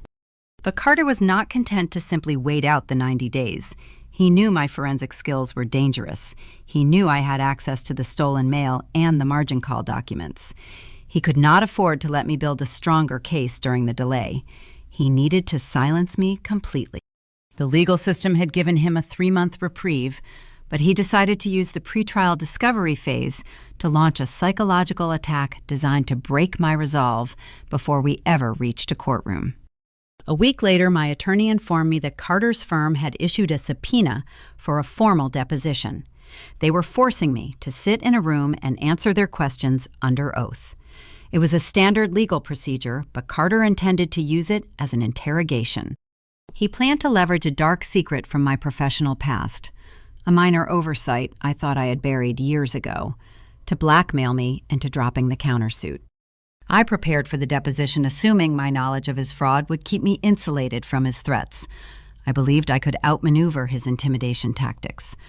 But the suffocating heat, the throbbing pain in my foot, and the sheer exhaustion of the legal battle had eroded my emotional defenses. When I walked into that conference room, I was not the clinical accountant ready to dismantle a fraud. I was a wounded, angry woman walking directly into a trap that would result in a catastrophic outburst, giving Carter exactly the ammunition he needed to destroy my credibility. The heavy glass doors of the Coral Gables law firm sealed shut behind me, cutting off the sweltering August heat. Inside, the air conditioning was cranked to a freezing 60 degrees. I shivered, adjusting the lapels of my blazer. The reception area was an intimidating expanse of polished mahogany and frosted glass, designed to make visitors feel small and compliant. The senior partners moved through the corridors wearing crisp white guayabera shirts, the traditional pleated linen, offering a false sense of casual tropical ease. There was nothing casual about this environment. It was a shark tank engineered to extract concessions from terrified clients. I limped across the lobby, the heavy medical boot on my fractured toe thudding awkwardly against the marble floor. My attorney walked beside me, his jaw tight. He had warned me about the psychological warfare inherent in depositions. He told me to remain stoic, offer brief answers, and never volunteer extra information. I planned to follow his advice, but the throbbing pain in my foot and the sheer exhaustion from weeks of sleepless nights had thinned my patience to a dangerous degree. We entered a sterile conference room. A court reporter sat at the head of a long table, her fingers resting lightly over her stenography machine, ready to capture every syllable. Carter sat opposite my chair. He looked incredibly smug. He wore a tailored navy suit, the fabric immaculate, his posture relaxed. He smiled at me, a predatory grin that made my stomach turn. A heavy shroud of dramatic irony hung over the room. I looked at his expensive watch and his polished shoes, knowing the truth he was desperately trying to hide. I had the intercepted mail. I knew about the multi-million-dollar margin call due in a matter of weeks. I knew his firm was a house of cards and his elite lineage was a scam. He was drowning in toxic debt, yet he sat there acting like a king holding court. He believed the 90-day delay granted by the judge had secured his victory. He thought he had successfully neutralized my forensic threat. I sat down, resting my injured foot under the table, and swore an oath to tell the truth. Carter allowed his senior partner to begin the questioning. The older man in the Guayabera shirt paced the length of the room, asking tedious, repetitive questions about the timeline of my penthouse purchase. He wanted to establish a narrative where Carter provided undocumented legal counsel during the acquisition, justifying the fraudulent lien. I leaned back in my chair, adopting a posture of deliberate indifference. I decided to use the setting to my advantage. If Carter wanted to play games under oath, I would give him enough rope to hang himself. I answered the questions vaguely. I used phrases like, "I cannot recall the specifics," and "you will need to refer to the municipal filings." I played dumb, knowing my intentional evasiveness would irritate a man whose ego required constant validation. My strategy worked. After 40 minutes of circular non-answers, Carter lost his manufactured patience. He leaned forward, planting his elbows on the mahogany table, interrupting his own partner. He took over the interrogation, his voice dropping to a low, menacing register. "You seem to have a very selective memory, Victoria," he said, his eyes narrowing. "You remember the details of your property deed, but you forget the countless hours of advisory work my firm provided to ensure your closing went smoothly." I looked at him, maintaining a blank expression. "I am a forensic accountant," I replied, my tone flat. "I do not require outside legal counsel to read a standard real estate contract. If you have billable hours, produce the signed retainer." Carter clenched his jaw. The smugness fractured, revealing the panicked man hiding underneath. He realized the standard intimidation tactics were failing. He needed leverage, and he decided to use the deposition to launch a targeted blackmail attempt. "Victoria, your memory might be failing you now, but I imagine the federal government has a much better filing system," he said, a cruel smile returning to his face. "Let us talk about your firm. Let us discuss the corporate tax filings from 4 years ago." He pulled a thin folder from his briefcase and slid a single sheet of paper across the table. It was a copy of an old audit summary. Years ago, a junior associate at my firm made a minor classification oversight regarding a client depreciation schedule. I caught the error, reported it, paid the nominal fine, and resolved the issue transparently. It was a closed chapter. But Carter intended to spin it into a weapon. "This document shows a pattern of financial negligence," he continued, his voice echoing in the quiet room. "It looks a lot like deliberate tax evasion. The Internal Revenue Service would find this incredibly fascinating. It would be a terrible shame if an anonymous tip prompted a full federal audit of your entire client roster. The legal fees alone would bankrupt your firm." The threat hung in the freezing air. He was blackmailing me on the record. He was using a resolved administrative error to threaten my livelihood, demanding I drop the countersuit and surrender my home. I should have stayed quiet.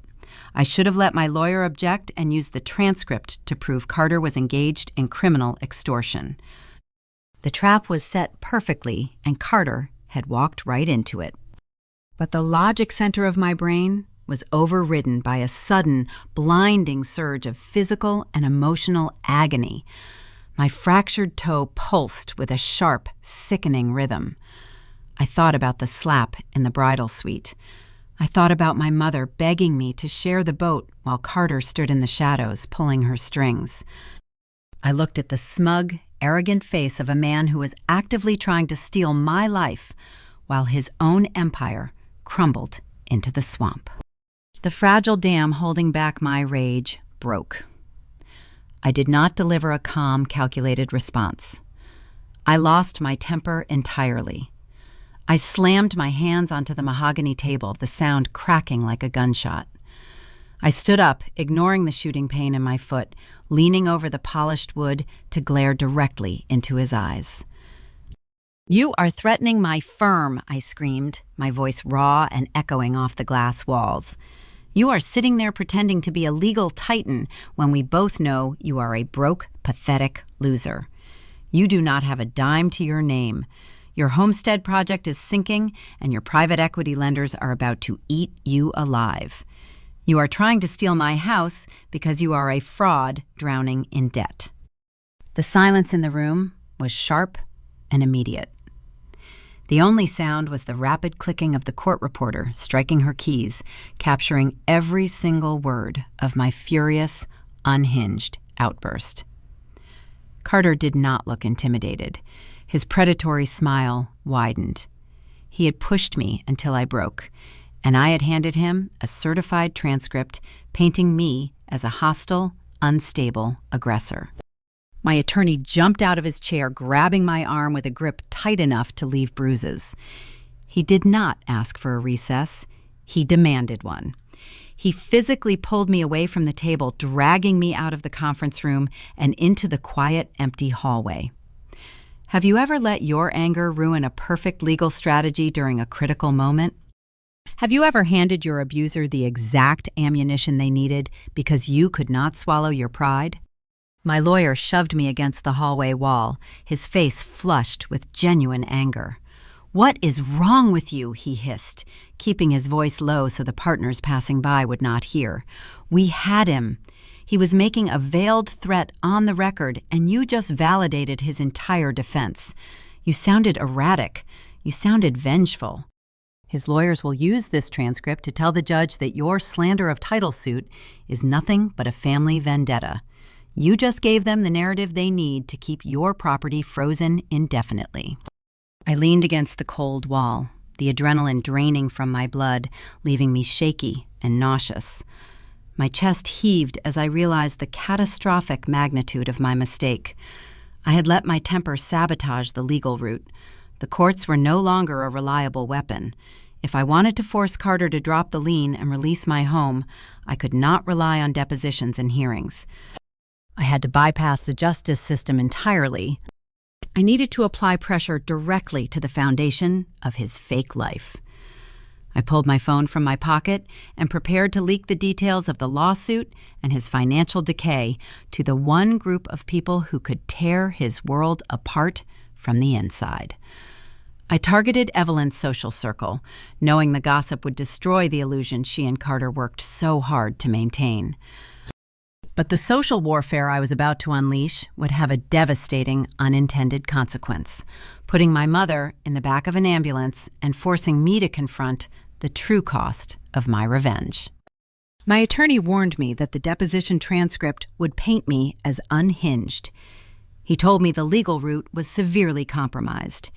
He wanted to do damage control and beg the judge for leniency. I wanted a different battlefield. If the justice system was going to grant Carter 3 months to hide his fraud, I was going to strip away his camouflage in a single afternoon. I sat at my kitchen counter, ignoring the throbbing pain in my taped foot. I opened my laptop and created an untraceable email account. I attached the public filing of my slander of title lawsuit. I included the redacted copies of the margin call notice I received from my father. I sent the first batch of emails to the senior partners at Carter's boutique law firm. They needed to see the legal liability their junior partner was creating. They needed to know he was using their firm letterhead to extort his own family. Then I initiated the true psychological warfare. I used my forensic accounting software to scrape a mailing list of the most influential members of the Coral Gables Country Club. These were the wealthy socialites Evelyn spent 16 years trying to impress. They were the gatekeepers of the elite status she used to mask her deep terror of poverty. I attached a brief summary of Carter's impending bankruptcy and hit send. The Miami rumor mill operates with ruthless efficiency. I knew the whispers would spread through the tennis courts and charity luncheons before sunset. Evelyn had built a fragile glass house on the illusion of Julianne marrying into old money. I had just thrown a boulder through the roof. I expected angry phone calls. I expected my mother to lash out with insults and demands. What I received was a phone call from my father that froze the blood in my veins. Harrison did not sound like the passive man from the Ferry. He sounded like a man watching his world end. "Victoria," he gasped, his voice barely audible over the piercing wail of an ambulance siren.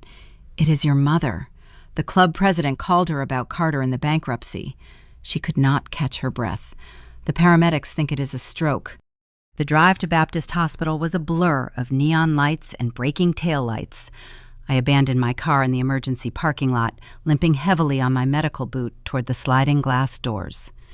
The emergency room was a bustling, chaotic ecosystem. Spanish and English blended together in a rapid-fire symphony of panic and triage. Nurses in blue scrubs rushed past holding digital clipboards, while families huddled in tight clusters, gripping small paper cups of strong Cuban coffee. The fluorescent lights overhead buzzed with a sterile, unforgiving glare, illuminating the anxiety etched into every face.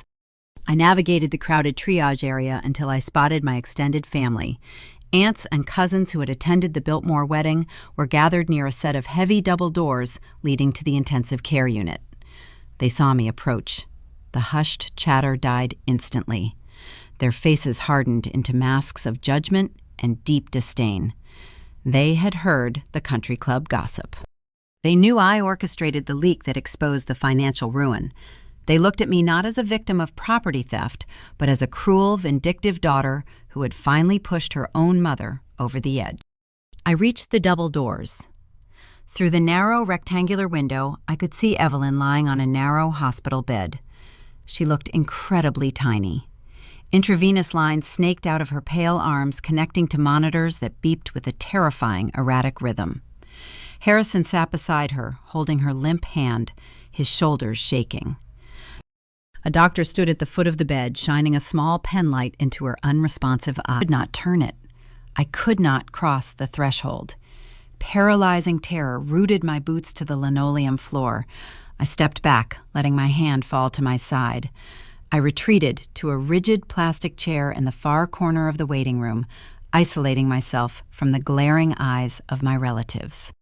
I sat there, shivering in the frigid hospital air, looking like a heartless monster who refused to comfort her dying mother. 10 minutes later, the double doors swung open. Julianne walked out into the lobby. She was still wearing the same oversized linen shirt from the coffee stand, her face pale and streaked with fresh tears. She spotted me in the corner. She did not yell. She walked over and stood over my chair, her voice a hollow, trembling whisper. "Are you happy now, Victoria?" she asked, crossing her arms over her pregnant stomach. "Are you satisfied with your revenge?" I looked up at my sister, unable to form a coherent sentence. My throat felt like it was packed with dry sand. The doctors say her blood pressure spiked to a lethal level. Julianne continued, her voice cracking. The stress caused a transient ischemic attack, a mini-stroke. She was on the phone trying to defend Carter to her friends when she collapsed. She could not breathe. She thought we were losing everything again. She thought we were going back to the dirt. "You did this. You pushed her." The words struck me with the force of a physical blow. The clinical forensic accountant vanished. All I felt was a crushing, monumental guilt. Evelyn was toxic and manipulative, but her terror of poverty was not an act. Her trauma from the 2008 housing crash was a real physiological anchor that dictated her nervous system. By exposing Carter to her social circle, I had triggered her deepest primal fear, and her body had buckled under the unbearable weight of it. If your actions put your abuser in the hospital, do you step back or push forward? Do you continue the war, knowing the next battle might literally stop her heart? I stared at the scuffed linoleum floor, the ambient noise of the emergency room fading into a dull roar. Carter was a parasite. He was trying to steal my $4 million penthouse to save his own skin. But my mother was lying in a hospital bed, attached to a heart monitor because of a leak I orchestrated. If she died, the equity in my home would feel like blood money. The victory would cost me the only parent I spent my entire life trying to impress. I could not stay in that waiting room.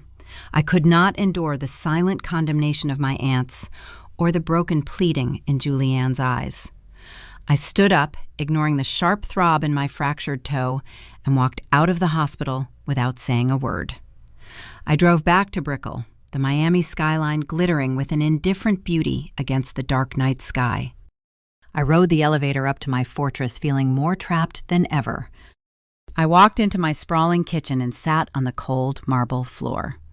The silence of the empty penthouse rang in my ears, a harsh reminder of my isolation. I pulled my phone from my pocket and opened a new email draft addressed to my attorney. I started typing instructions to withdraw the slander of title lawsuit. I was preparing to surrender. I was ready to sign the quitclaim deed and hand Carter my life savings just to keep my mother breathing.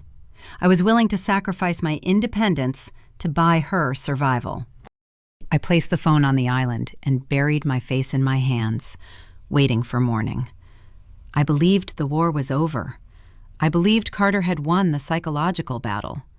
But the nightmare was far from finished. Deep into the night, the security buzzer in my foyer would sound, forcing me to confront a new, terrifying reality that would change my mind about surrender forever. The email to my attorney was drafted. The cursor blinked steadily on the screen, a digital heartbeat counting down the final moments of my independence. I sat on the marble floor of my kitchen, the cold stone numbing the ache in my legs. It was 3 a.m. Outside my floor-to-ceiling windows, the neon glow of Wynwood painted the dark sky with erratic bursts of magenta and electric blue. The faint rhythmic thud of bass from the distant nightclubs vibrated through the reinforced glass, an indifferent soundtrack to my surrender. I was ready to give Carter the equity. I was ready to forfeit my $4 million fortress to keep my mother's heart beating. A sharp, mechanical buzz shattered the quiet of the penthouse. I jumped, my fractured toe throbbing in protest. It was the intercom from the ground floor security desk. I dragged myself up to the wall panel and pressed the connection button, expecting my attorney returning my frantic late-night messages. Instead, the night concierge spoke, his voice tight with professional concern. "Ms. Victoria, I apologize for the late hour. Your sister Julianne is down here. She used the spare key code you left on file. She is asking to come up. She seems distressed." The spare key. Months ago, when Julianne first started showing the subtle signs of anxiety around Carter, I quietly added her name and a private access code to the concierge registry. It was a silent, desperate hope that she would find the courage to leave the gilded cage our mother built for her. But after the ambush at the Biltmore, after Julianne stood by and watched Evelyn slap me, I assumed that bridge was permanently burned. "Send her up," I said, my voice sounding hollow and metallic through the intercom. I stood in the foyer, staring at the polished steel elevator doors. A bitter, exhausting resentment warred with the residual guilt from the hospital. I had drafted my surrender just to save the woman who manipulated her. I did not want to comfort Julianne. I did not want to hear another speech about Carter's wealthy parents or listen to her beg for my assets. The elevator chimed a cheerful bell that felt entirely out of place. The doors parted. Julianne stood in the threshold trembling violently. She was not wearing her oversized linen shirt or her expensive sunglasses. She wore a thin cotton nightgown and a pair of cheap plastic flip-flops. She clutched a small canvas grocery bag to her chest, and blooming darkly across her left cheekbone, just beneath her eye, was a fresh, jagged bruise. I stared at the mark. The forensic accountant, the sister, the daughter, all the identities I carried, collided into a wall of rigid, defensive fury. The financial stress, the margin call, the social humiliation I had unleashed on his firm had finally stripped away Carter's polished veneer. The parasite had turned violent. Julianne took a hesitant step into the foyer, her bare arms covered in goosebumps from the chilled air. "Victoria," she whispered, her voice cracking under the weight of sheer panic. "Please, he found out about the leak. He saw the emails you sent to the country club. He lost his mind. I did not know where else to go. Would you open your door to the sibling who stood by while you were assaulted? Would you offer sanctuary to the golden child who demanded you hand over your life savings to her abuser?" I did not step aside. I blocked the hallway, planting my medical boot firmly on the hardwood floor. A cruel, bitter isolation seized control of my tongue. "You did not know where else to go," I yelled, the sound echoing harshly off the pristine walls. "What about the country club, Julianne? What about your perfect husband and his massive trust fund? Go back to your elite life. You stood in that bridal suite and watched our mother hit me because of him. You blamed me for putting her in the hospital this afternoon. You chose his fake empire over me. Go back to it." Julianne recoiled, a fresh wave of tears spilling down her pale face and stinging the bruised flesh of her cheek. She did not argue. She did not defend herself. She dropped the canvas grocery bag and slumped against the elevator frame, sliding slowly down the polished steel until she was sitting on the floor. She curled her knees to her chest, wrapping her arms around her pregnant stomach, sobbing with a raw, helpless sound that ripped straight through my anger. "I am so sorry," she wailed, burying her face in her knees. "I was just so scared. Mom told me my whole life that I was nothing without a man to take care of me. She told me the world only respects money. I thought Carter was saving me. I thought if I just did what they asked, the fighting would stop. I did not know he was hurting you like this. I did not know he was a monster until tonight." Her confession hit me with the force of a physical blow. We were both victims of the exact same trauma. Evelyn's terror of poverty had infected us both, but the symptoms manifested differently. I built a fortress of money to prove I did not need anyone. Julianne folded herself into a tiny, submissive shape, hoping a man with a gold watch would protect her from the storm. Evelyn taught us that love was a transaction, a commodity purchased with real estate and compliance. Julianne wasn't malicious. She was a deeply brainwashed, terrified girl, carrying a child into a burning house. My rigid posture collapsed. The anger evaporated, leaving behind a profound, aching sorrow for the sister I had nearly lost to a fraud. I stepped forward, my medical boot thudding softly on the floor. I knelt beside her, ignoring the sharp pain in my foot, and pulled her into my arms. She clung to me, burying her face in my shoulder, her tears soaking the fabric of my shirt. "I got you," I whispered, stroking her tangled hair, rocking her gently against my chest.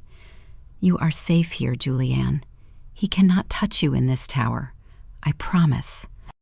We sat on the cold floor of the foyer for a long time, letting the years of toxic conditioning and misdirected anger bleed out of us. We finally unpacked the devastating legacy our mother had handed down. We realized Evelyn's panic had turned us into enemies when we should have been allies. By protecting Julianne, I was not surrendering to Carter. I was stealing his ultimate prize. I was rescuing the hostage he used to extort me. I helped Julianne to the guest bedroom, tucking her under a heavy down comforter. She fell asleep almost instantly, her body exhausted by the sheer terror of her escape. I walked back into the kitchen, the neon lights of Wynwood still flashing through the glass. I picked up my phone and deleted the email draft to my attorney. I was not signing the quitclaim deed. I was not giving Carter a single dime of my equity. He had crossed a line that required a complete and total execution of his professional life. I walked over to my home office and booted up my primary workstation. The margin call documents my father provided were devastating, but they were not enough to trigger an immediate criminal indictment. Carter could still delay the civil courts and drag the foreclosure out for years. If I wanted to end him quickly, I needed to find a federal crime. I needed to trace the seed money he used to fund his sinking homestead project. I opened my forensic accounting software, determined to audit his initial capitalization records.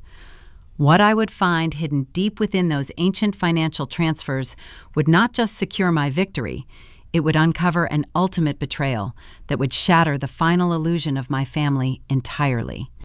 I spent the next 3 days locked in my home office, operating on caffeine and sheer adrenaline. Julianne remained safe in the guest bedroom, recovering from the physical and emotional abuse of her fractured marriage. The 90-day delay the judge had imposed on my slander of title lawsuit felt less like a cage and more like a tactical advantage. Carter was bleeding cash to satisfy his margin call, and I was using that time to trace every single digital footprint he had ever left in the Florida banking system. My forensic accounting software hummed, analyzing the subpoenaed records we had secured during the brutal discovery phase. I needed to find the root of his leverage. I needed to understand how a junior partner at a boutique Brickell law firm secured the initial capital to fund a massive commercial real estate project in Homestead. Private equity lenders do not hand out multi-million-dollar loans without a significant down payment. I traced the money flowing through the Cayman Island shell companies, working backward through the labyrinth of LLCs and shadow accounts. The first major breakthrough arrived on a humid Thursday evening. The numbers on my dual monitors aligned, exposing a massive, horrifying discrepancy. Carter did not earn the initial capital. He stole it. I found a gaping hole in his law firm's client escrow accounts. Escrow funds are strictly protected under Florida bar regulations designed to hold client money safely during real estate transactions. Carter had siphoned over $2 million from those protected accounts, using the stolen money to project the illusion of old money wealth and to fund the extravagant Biltmore wedding. Finding the smoking gun is one thing, but how long can you hold it before pulling the trigger? I had enough evidence to trigger a federal indictment. I could hand these records to the state attorney and watch federal agents march into his firm and arrest him before lunch. But my forensic instincts pushed me to dig deeper. I noticed a secondary anomaly in the initial capitalization records. Before he began draining the client escrow accounts, Carter received a single lump sum wire transfer of $150,000. It was the seed money he used to open the very first LLC that launched his fraudulent empire. I traced the routing number on that initial wire transfer. The account did not belong to a private equity firm. It did not belong to his phantom, wealthy parents. The account was registered to Evelyn. I sat frozen in my ergonomic office chair, the blue light from the monitors casting a harsh glow across my face. My breath caught in my throat. I clicked through the banking history, pulling the origination data for that specific account. It was a custodial college savings account established by my grandparents decades ago.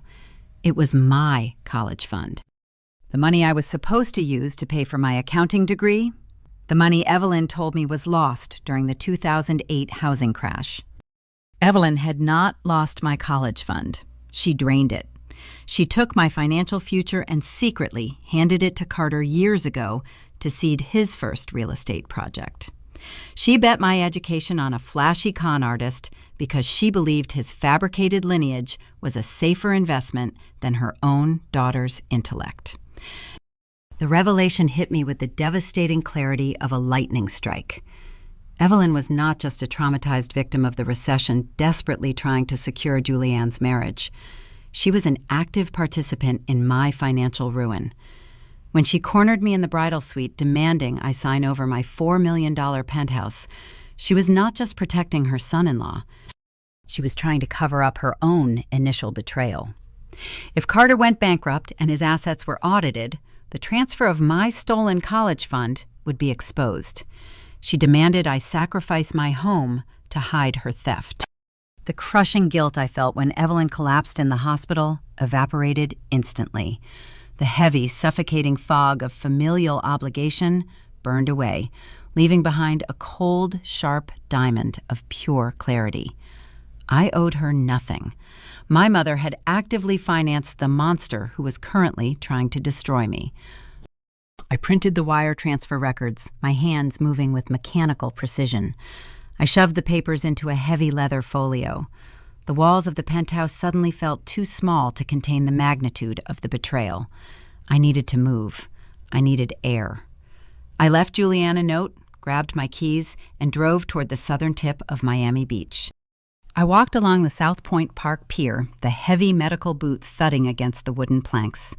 The Atlantic Ocean stretched out before me, a vast, glittering expanse of dark blue water.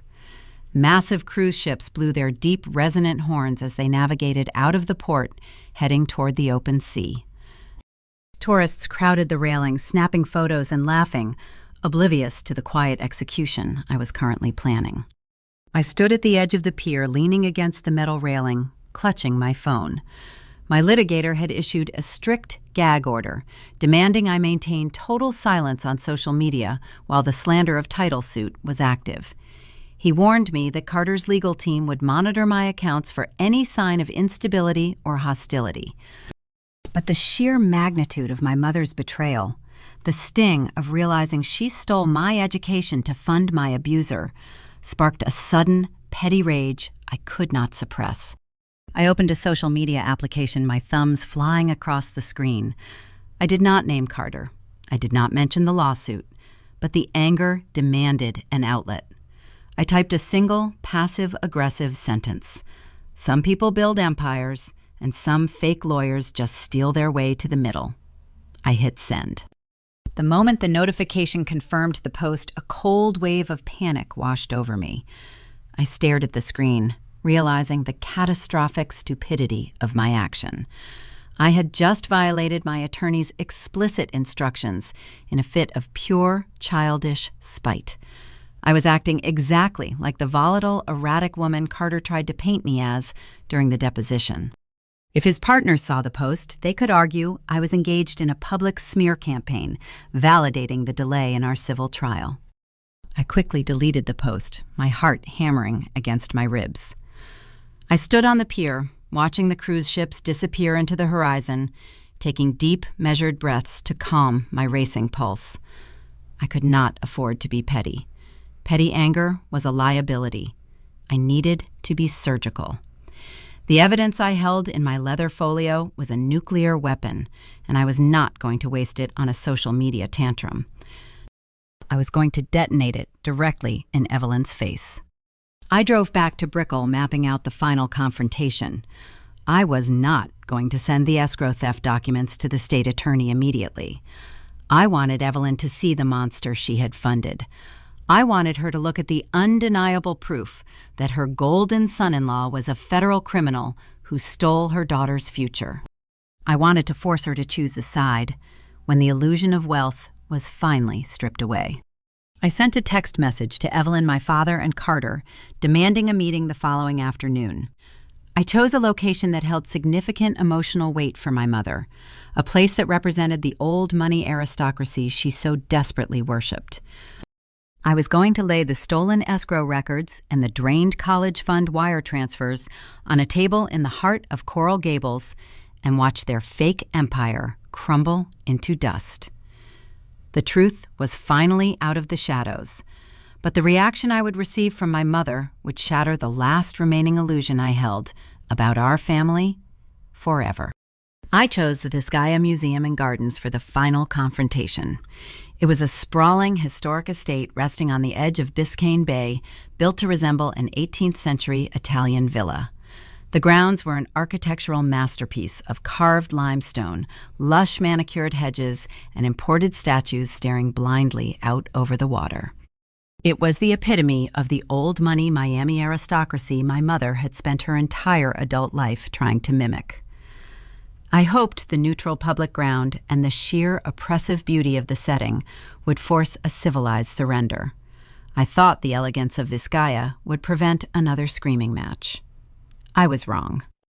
I arrived early, carrying the heavy leather folio containing the audited financial records. My fractured toe throbbed, a dull, persistent ache, inside the medical boot as I navigated the uneven coral stone paths. I found a secluded stone terrace overlooking the bay, shaded by the sprawling canopy of an ancient banyan tree. The air smelled of salt and blooming jasmine. The water lapped gently against the seawall, a deceptive rhythm of peace before the storm. Carter arrived first, followed closely by Evelyn and Harrison. Carter wore his signature tailored suit, but the smug arrogance that defined his deposition was gone. He looked haggard, the dark circles under his eyes betraying the massive financial pressure of his impending margin call. Evelyn walked, leaning heavily on Harrison's arm, her face pale and drawn, still recovering from the transient ischemic attack. She wore a silk scarf wrapped tightly around her neck, clutching her designer handbag as if it were a shield. Harrison looked exactly as he had on the ferry, exhausted, defeated, and entirely unwilling to intervene. They stood awkwardly on the stone terrace, avoiding my gaze. I did not offer pleasantries. I did not ask about my mother's health. The time for familial obligation had expired the moment I uncovered the stolen college fund. I unzipped the leather folio and laid 3 stacks of paper onto a weathered stone bench. "The first stack, Carter," I said, my voice carrying clearly over the sound of the bay, "is the complete audit of your law firm's client escrow accounts. I traced the $2 million you siphoned to fund the Homestead commercial project and your extravagant wedding. The state attorney will find these records incredibly compelling." Carter stared at the papers, the remaining color draining from his face, leaving him a sickly shade of gray.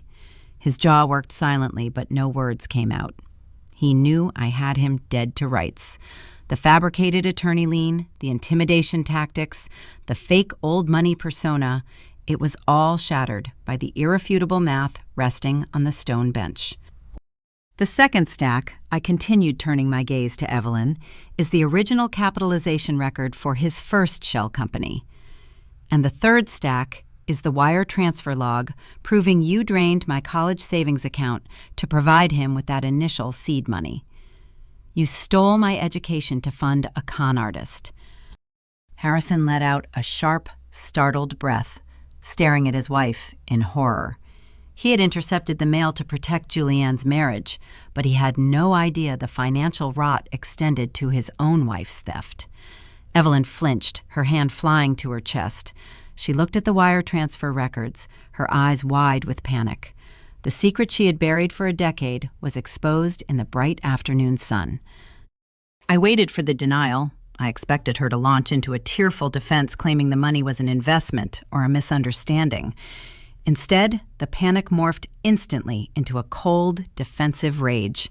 She did not apologize.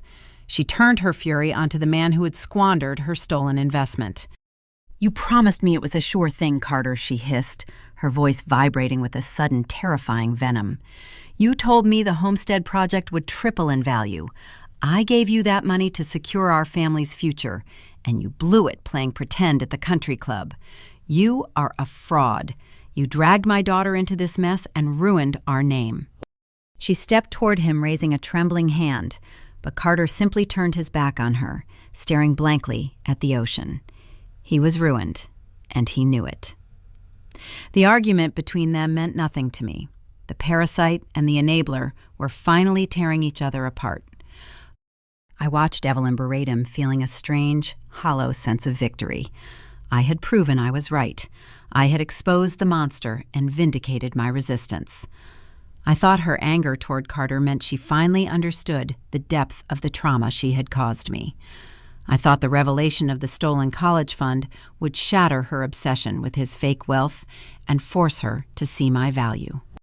But Evelyn's sickness ran too deep. Her terror of poverty was a cancer that had consumed her entire capacity for maternal logic. She stopped yelling at Carter and turned back to me, taking a hesitant step across the coral stone path. "Victoria," she said, her voice shifting back to the pleading, manipulative tone she used in my kitchen, "you were right about him. He is a criminal. But Julianne is still married to him. When the federal agents arrest him, they will freeze all their joint accounts. She will have nothing. She will need the best divorce lawyers in Miami to protect her from the fallout." I stared at her, the humid air suddenly feeling too thick to breathe. "What are you saying?" "I am saying you still need to sell the Penthouse, Victoria," she pleaded, reaching out to grab my arm. "You have to liquidate the asset. Julianne needs the cash to hire a legal team and secure a new place to live. We have to protect her from this disaster. You are smart. You can rebuild. Please put the family first." The words struck me with the force of a physical blow. She had just looked at undeniable proof that she stole my financial future to fund a criminal, and her immediate reaction was to demand I sacrifice my home to pay for the cleanup. She did not care that I had uncovered the truth. She only cared that Julianne was losing her safety net. She still chose the golden child over me. How do you cope when you prove you were right, but your parent still chooses the other sibling? How do you survive the realization that no amount of forensic evidence, no amount of financial success will ever earn you the love you crave? My rigid professional posture collapsed. The years of swallowing my grief of trying to prove my worth through hard work and independence shattered into a million pieces. I pulled my arm out of her grasp, stumbling backward. I dropped to my knees on the hard stone path, ignoring the sharp pain radiating from my fractured toe. I screamed a raw, guttural sound that tore through my throat, echoing across the manicured gardens and startling a flock of egrets into the sky. I wept with the ugly, exhausted grief of a daughter finally accepting she was an orphan. "You stole my future," I sobbed, hitting the stone path with my fists. "You stole my college fund, and now you want my house? You do not love me. You have never loved me."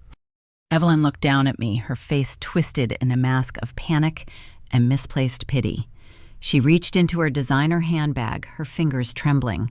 She pulled out the vintage emerald ring, the same ring she used to split my lip open on the wedding day. She held it out to me, a pathetic consolation prize. "Take this," she whispered, her voice cracking. "It is the only valuable thing I have left." "Take the ring, Victoria. Just sign the property over to Julianne." I looked at the heavy green stone glittering in the sunlight. It was the physical embodiment of her trauma, her greed, and her violence. I did not reach for it. I did not yell. The screaming had burned out, leaving behind a cold, absolute silence. I slowly pushed myself off the ground, dusting the coral dirt from my knees. I looked at Evelyn, Harrison, and Carter standing in the ruins of their fake empire. I turned my back on them. I walked away, leaving the emerald ring lying in the dirt beside the audited financial records. I did not look back. I had finally realized that my mother would never protect me, and I was done trying to buy her affection. I drove back to my penthouse, the tears drying hot and tight against my cheeks. I was no longer fighting for my family's approval. I was fighting for my own survival. I walked into my home office and picked up the phone.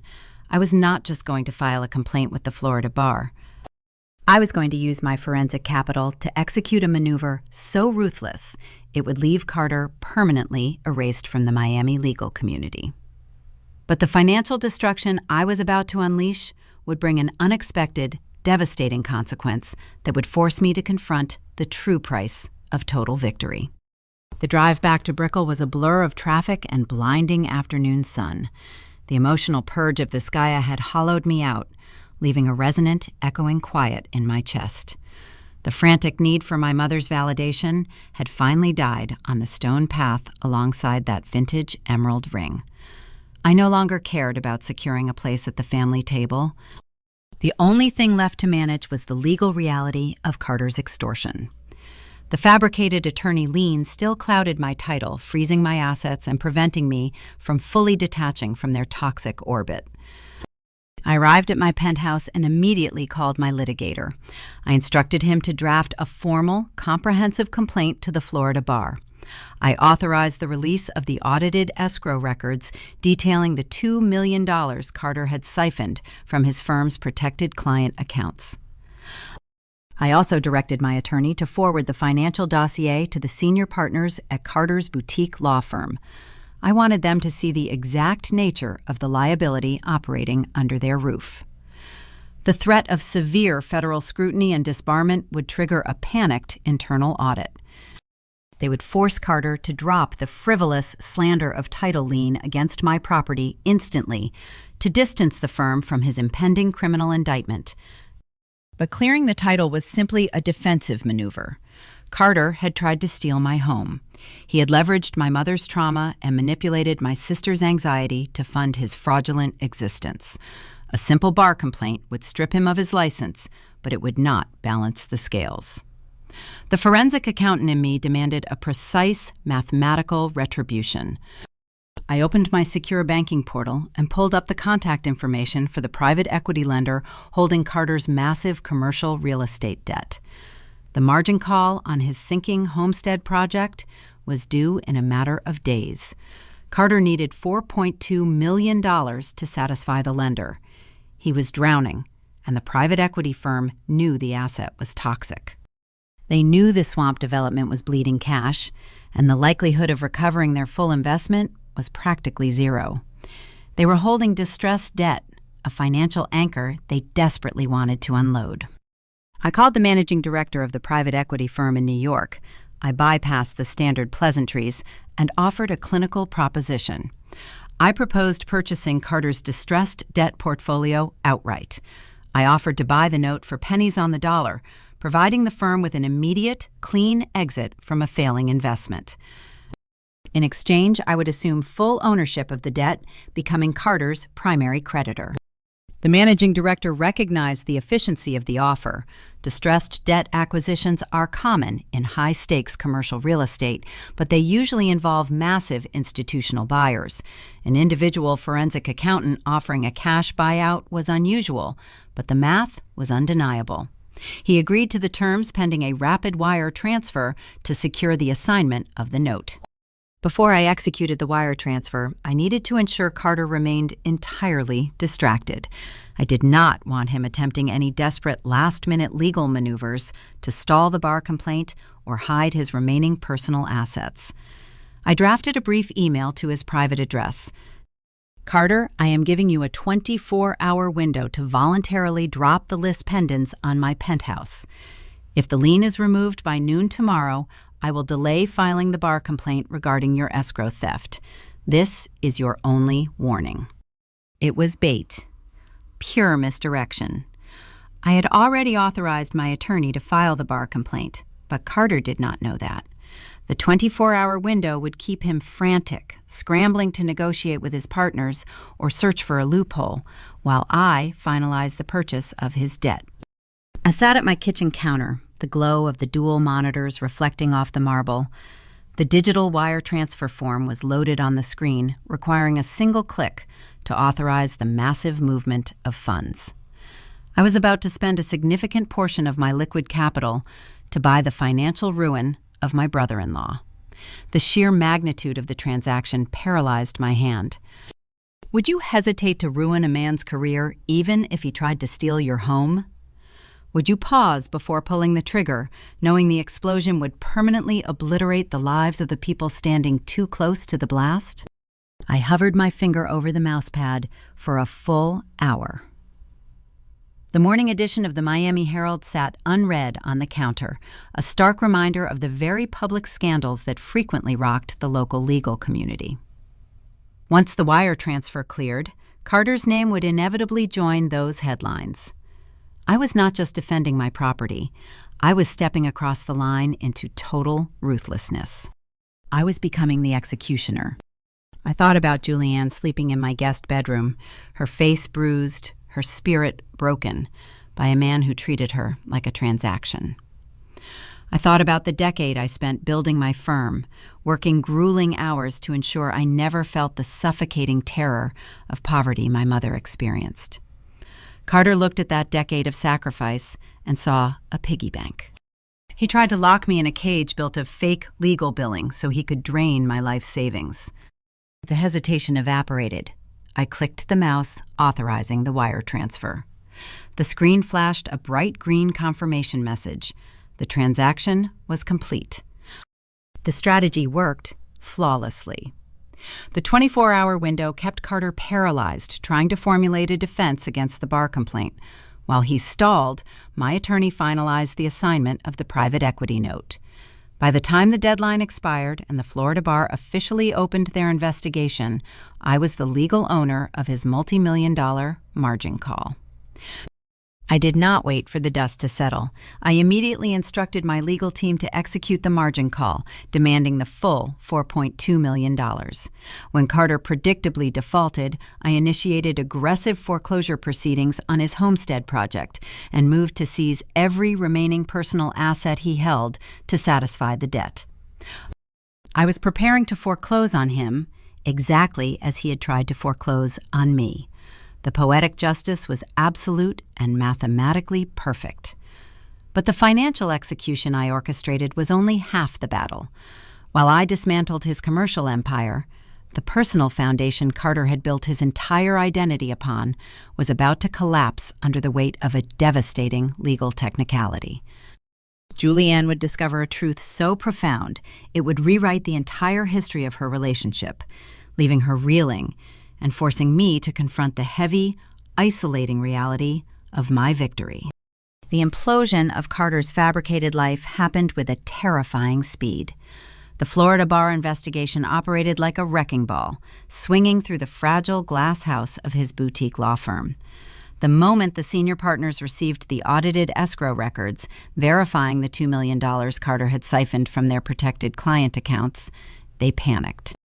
The firm terminated his partnership immediately, issuing a public statement to distance themselves from his criminal liability. The fabricated slander of title lien that had paralyzed my penthouse for weeks was quietly withdrawn within 48 hours. My property title was finally clear. The $4 million asset was unencumbered, unthreatened, and entirely mine again. But the professional fallout was merely the opening act.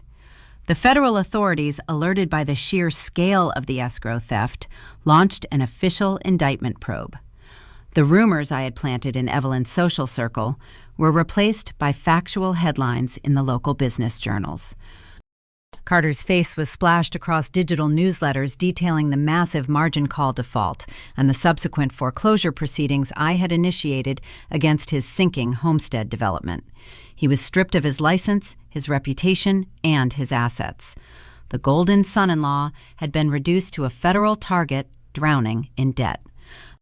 The consequences rippled outward, slamming into Julianne with brutal force. She had remained sequestered in my guest bedroom, trying to process the violent end of her relationship. She had accepted that her husband was a fraud, but she still believed she needed a powerful legal team to navigate a high-stakes divorce. She assumed she was legally entangled in the wreckage of his commercial real estate collapse. On a quiet, humid Wednesday morning, Julianne drove my secondary vehicle to the Miami-Dade County Clerk's office to request a certified copy of her marriage certificate. She needed the document to officially file her divorce petition. The drive along Coral Way was shaded by the lush, arched canopy of massive banyan trees, a beautiful historic route that felt entirely disconnected from the ugly administrative errand she was running. An hour later, she returned to the penthouse, walking through the front door like a woman who had just seen a ghost. Her face was ashen, her hands trembling, as she dropped her purse onto the marble island. "Victoria," she whispered, her voice hollow, stripped of all emotion. "It is gone. There is no record." I looked up from my laptop, the foreclosure documents blurring on my screen. "What do you mean there is no record?" "The clerk could not find our marriage license," Julianne said, dropping onto a bar stool, staring blankly at the polished stone counter. "I thought it was a filing error. I asked the supervisor to search the archives. They checked the entire database for the last 6 months. The license was never filed." The forensic accountant in me processed the information instantly, aligning the pieces into a chilling, horrifying conclusion. In the state of Florida, a marriage license is only valid if the officiant returns the signed document to the county clerk within 10 days of the ceremony. The man who officiated the extravagant ceremony at the Biltmore Hotel was not a hired professional. He was a longtime friend of Carter's, a fraternity brother who had flown in specifically for the event. Carter did not just fake his old money lineage and steal his client's escrow funds. He orchestrated the entire wedding as a massive, elaborate legal sham. He knew his commercial projects were failing. He knew he was bleeding cash and risking federal indictment. He manipulated his friend to intentionally forget to file the paperwork, ensuring the union was never legally recognized by the state. He wanted the social prestige of the elite Biltmore wedding to impress his private equity lenders, but he refused to expose his remaining hidden assets to Julianne in the event of a messy divorce. He had trapped her in a fake marriage, leaving her pregnant and entirely unprotected without a single legal right to claim alimony or marital support. He had discarded her before she ever walked down the aisle. Julianne buried her face in her hands, a quiet, agonizing sob shaking her shoulders. My sister had spent her life shrinking herself to fit the mold of a perfect, compliant wife, hoping to secure a safe place in the world. She had followed every rule Evelyn had written, and the reward was a bruised face and a phantom marriage. I walked around the island, pulling her into a tight embrace. I told her she was safe. I told her I would hire the best family law attorneys in the state to secure child support regardless of the marital status. I promised her we would rebuild her life from the ground up.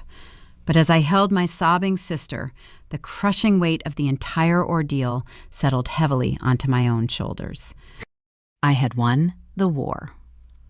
The slander of title lien was gone. My penthouse was safe. I was the primary creditor holding the debt that would ruin Carter permanently. The justice system was finally executing the parasite who had tried to extort me. The logic center of my brain recognized the total victory. I had executed a flawless financial retaliation. But what does victory actually feel like when the prize is total isolation? That evening, after Julianne finally fell asleep, I walked into my sprawling living room. The floor-to-ceiling windows framed the glittering Miami skyline, a sprawling grid of neon and headlights that felt infinitely far away. The silence of the penthouse was absolute. The $4 million fortress I had built to protect myself was completely impenetrable and agonizingly lonely. I walked over to the dry bar and bypassed the expensive crystal tumblers. I picked up a half-empty bottle of cheap bourbon, twisting the cap off with shaky fingers. I sat down on the plush Italian leather sofa, the fabric cool against my skin. I brought the heavy glass bottle to my lips, taking a long, burning swallow of the amber liquid. The alcohol seared my throat, tracing a line of fire down to my stomach, but it did nothing to numb the deep, resonant ache in my chest. I had protected my assets. I had saved my sister. But the cost of the victory was the permanent, irrevocable loss of the family I had spent 32 years trying to impress. Evelyn had not called me since the confrontation at Vizcaya. She had chosen to retreat into silence, unable to forgive me for exposing the stolen college fund and shattering the fragile illusion she desperately clung to. Harrison remained a cowardly ghost, hiding behind his wife's trauma. I lowered the bottle, staring out at the dark ocean beyond the city lights. I wanted to feel powerful.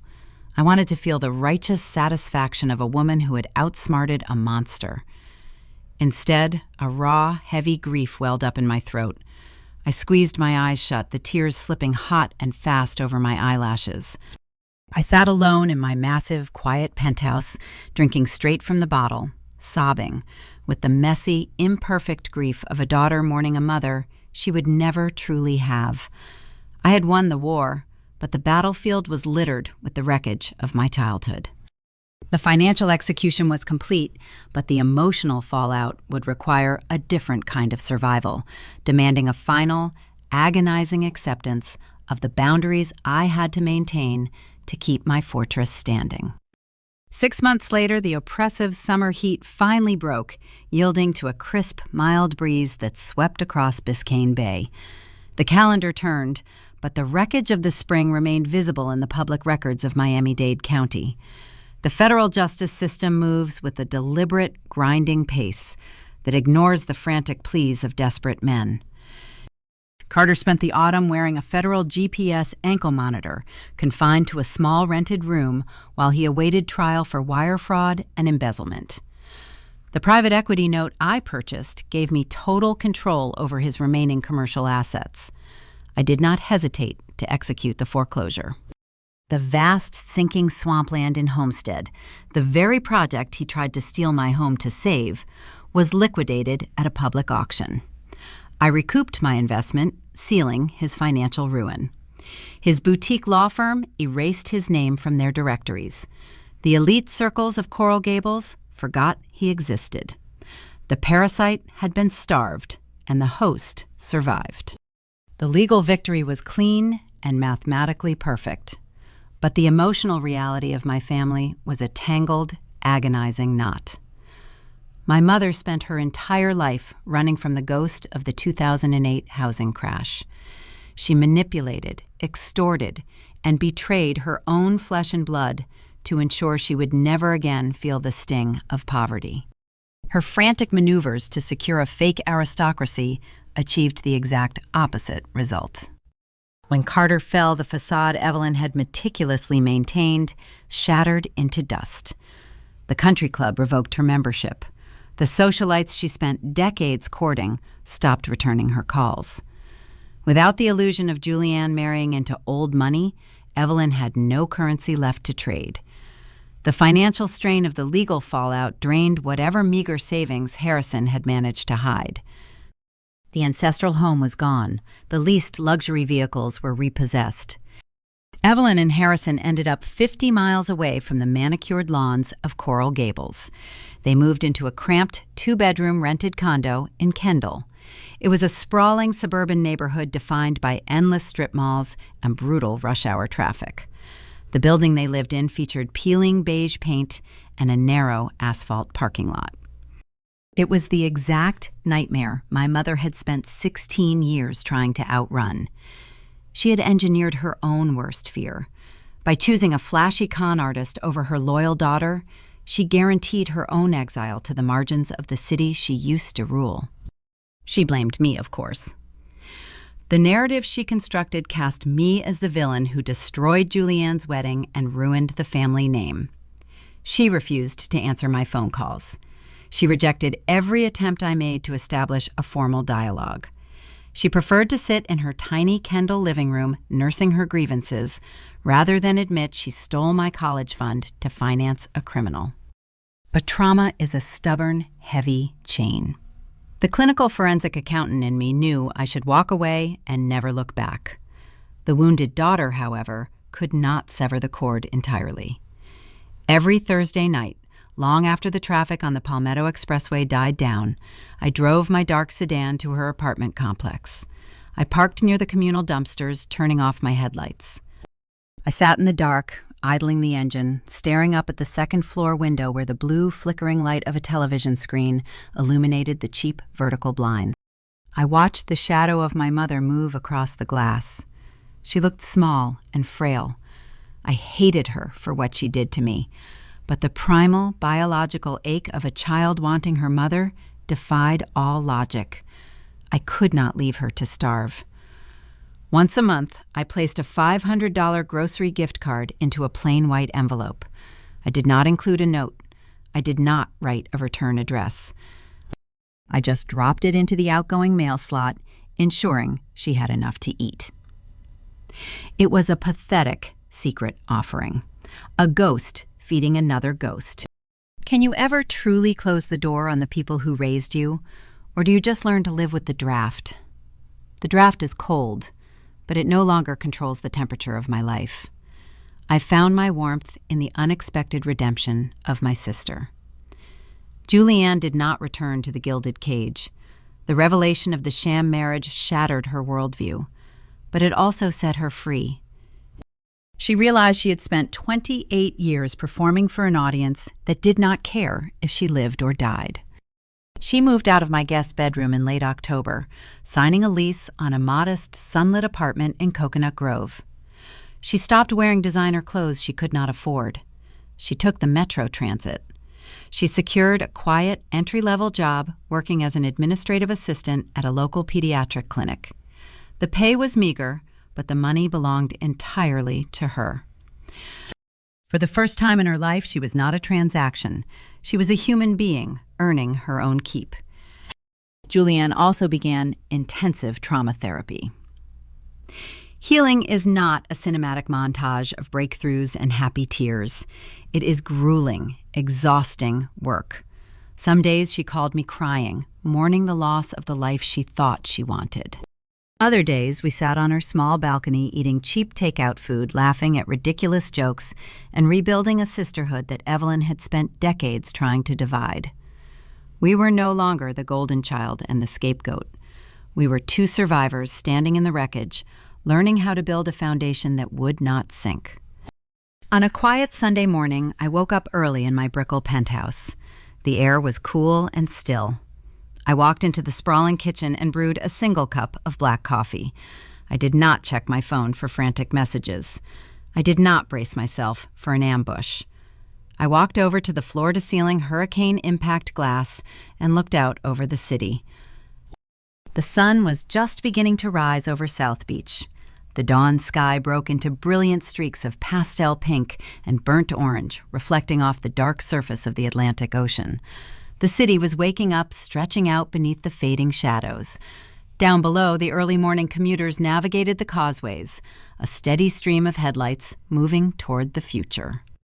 I stood in the center of my $4 million fortress, letting the warm morning light wash over my face.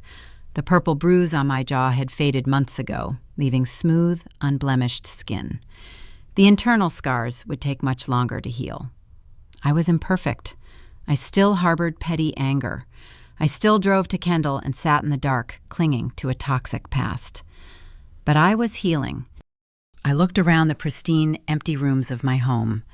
When Evelyn demanded I sign the quitclaim deed in the bridal suite, she told me real estate was just a tool to buy security. Carter looked at my title and saw a bargaining chip to save his own skin. They both fundamentally misunderstood the true value of what I had built. This penthouse was not a life raft. It was not collateral for a fake aristocracy. It was the physical manifestation of my independence.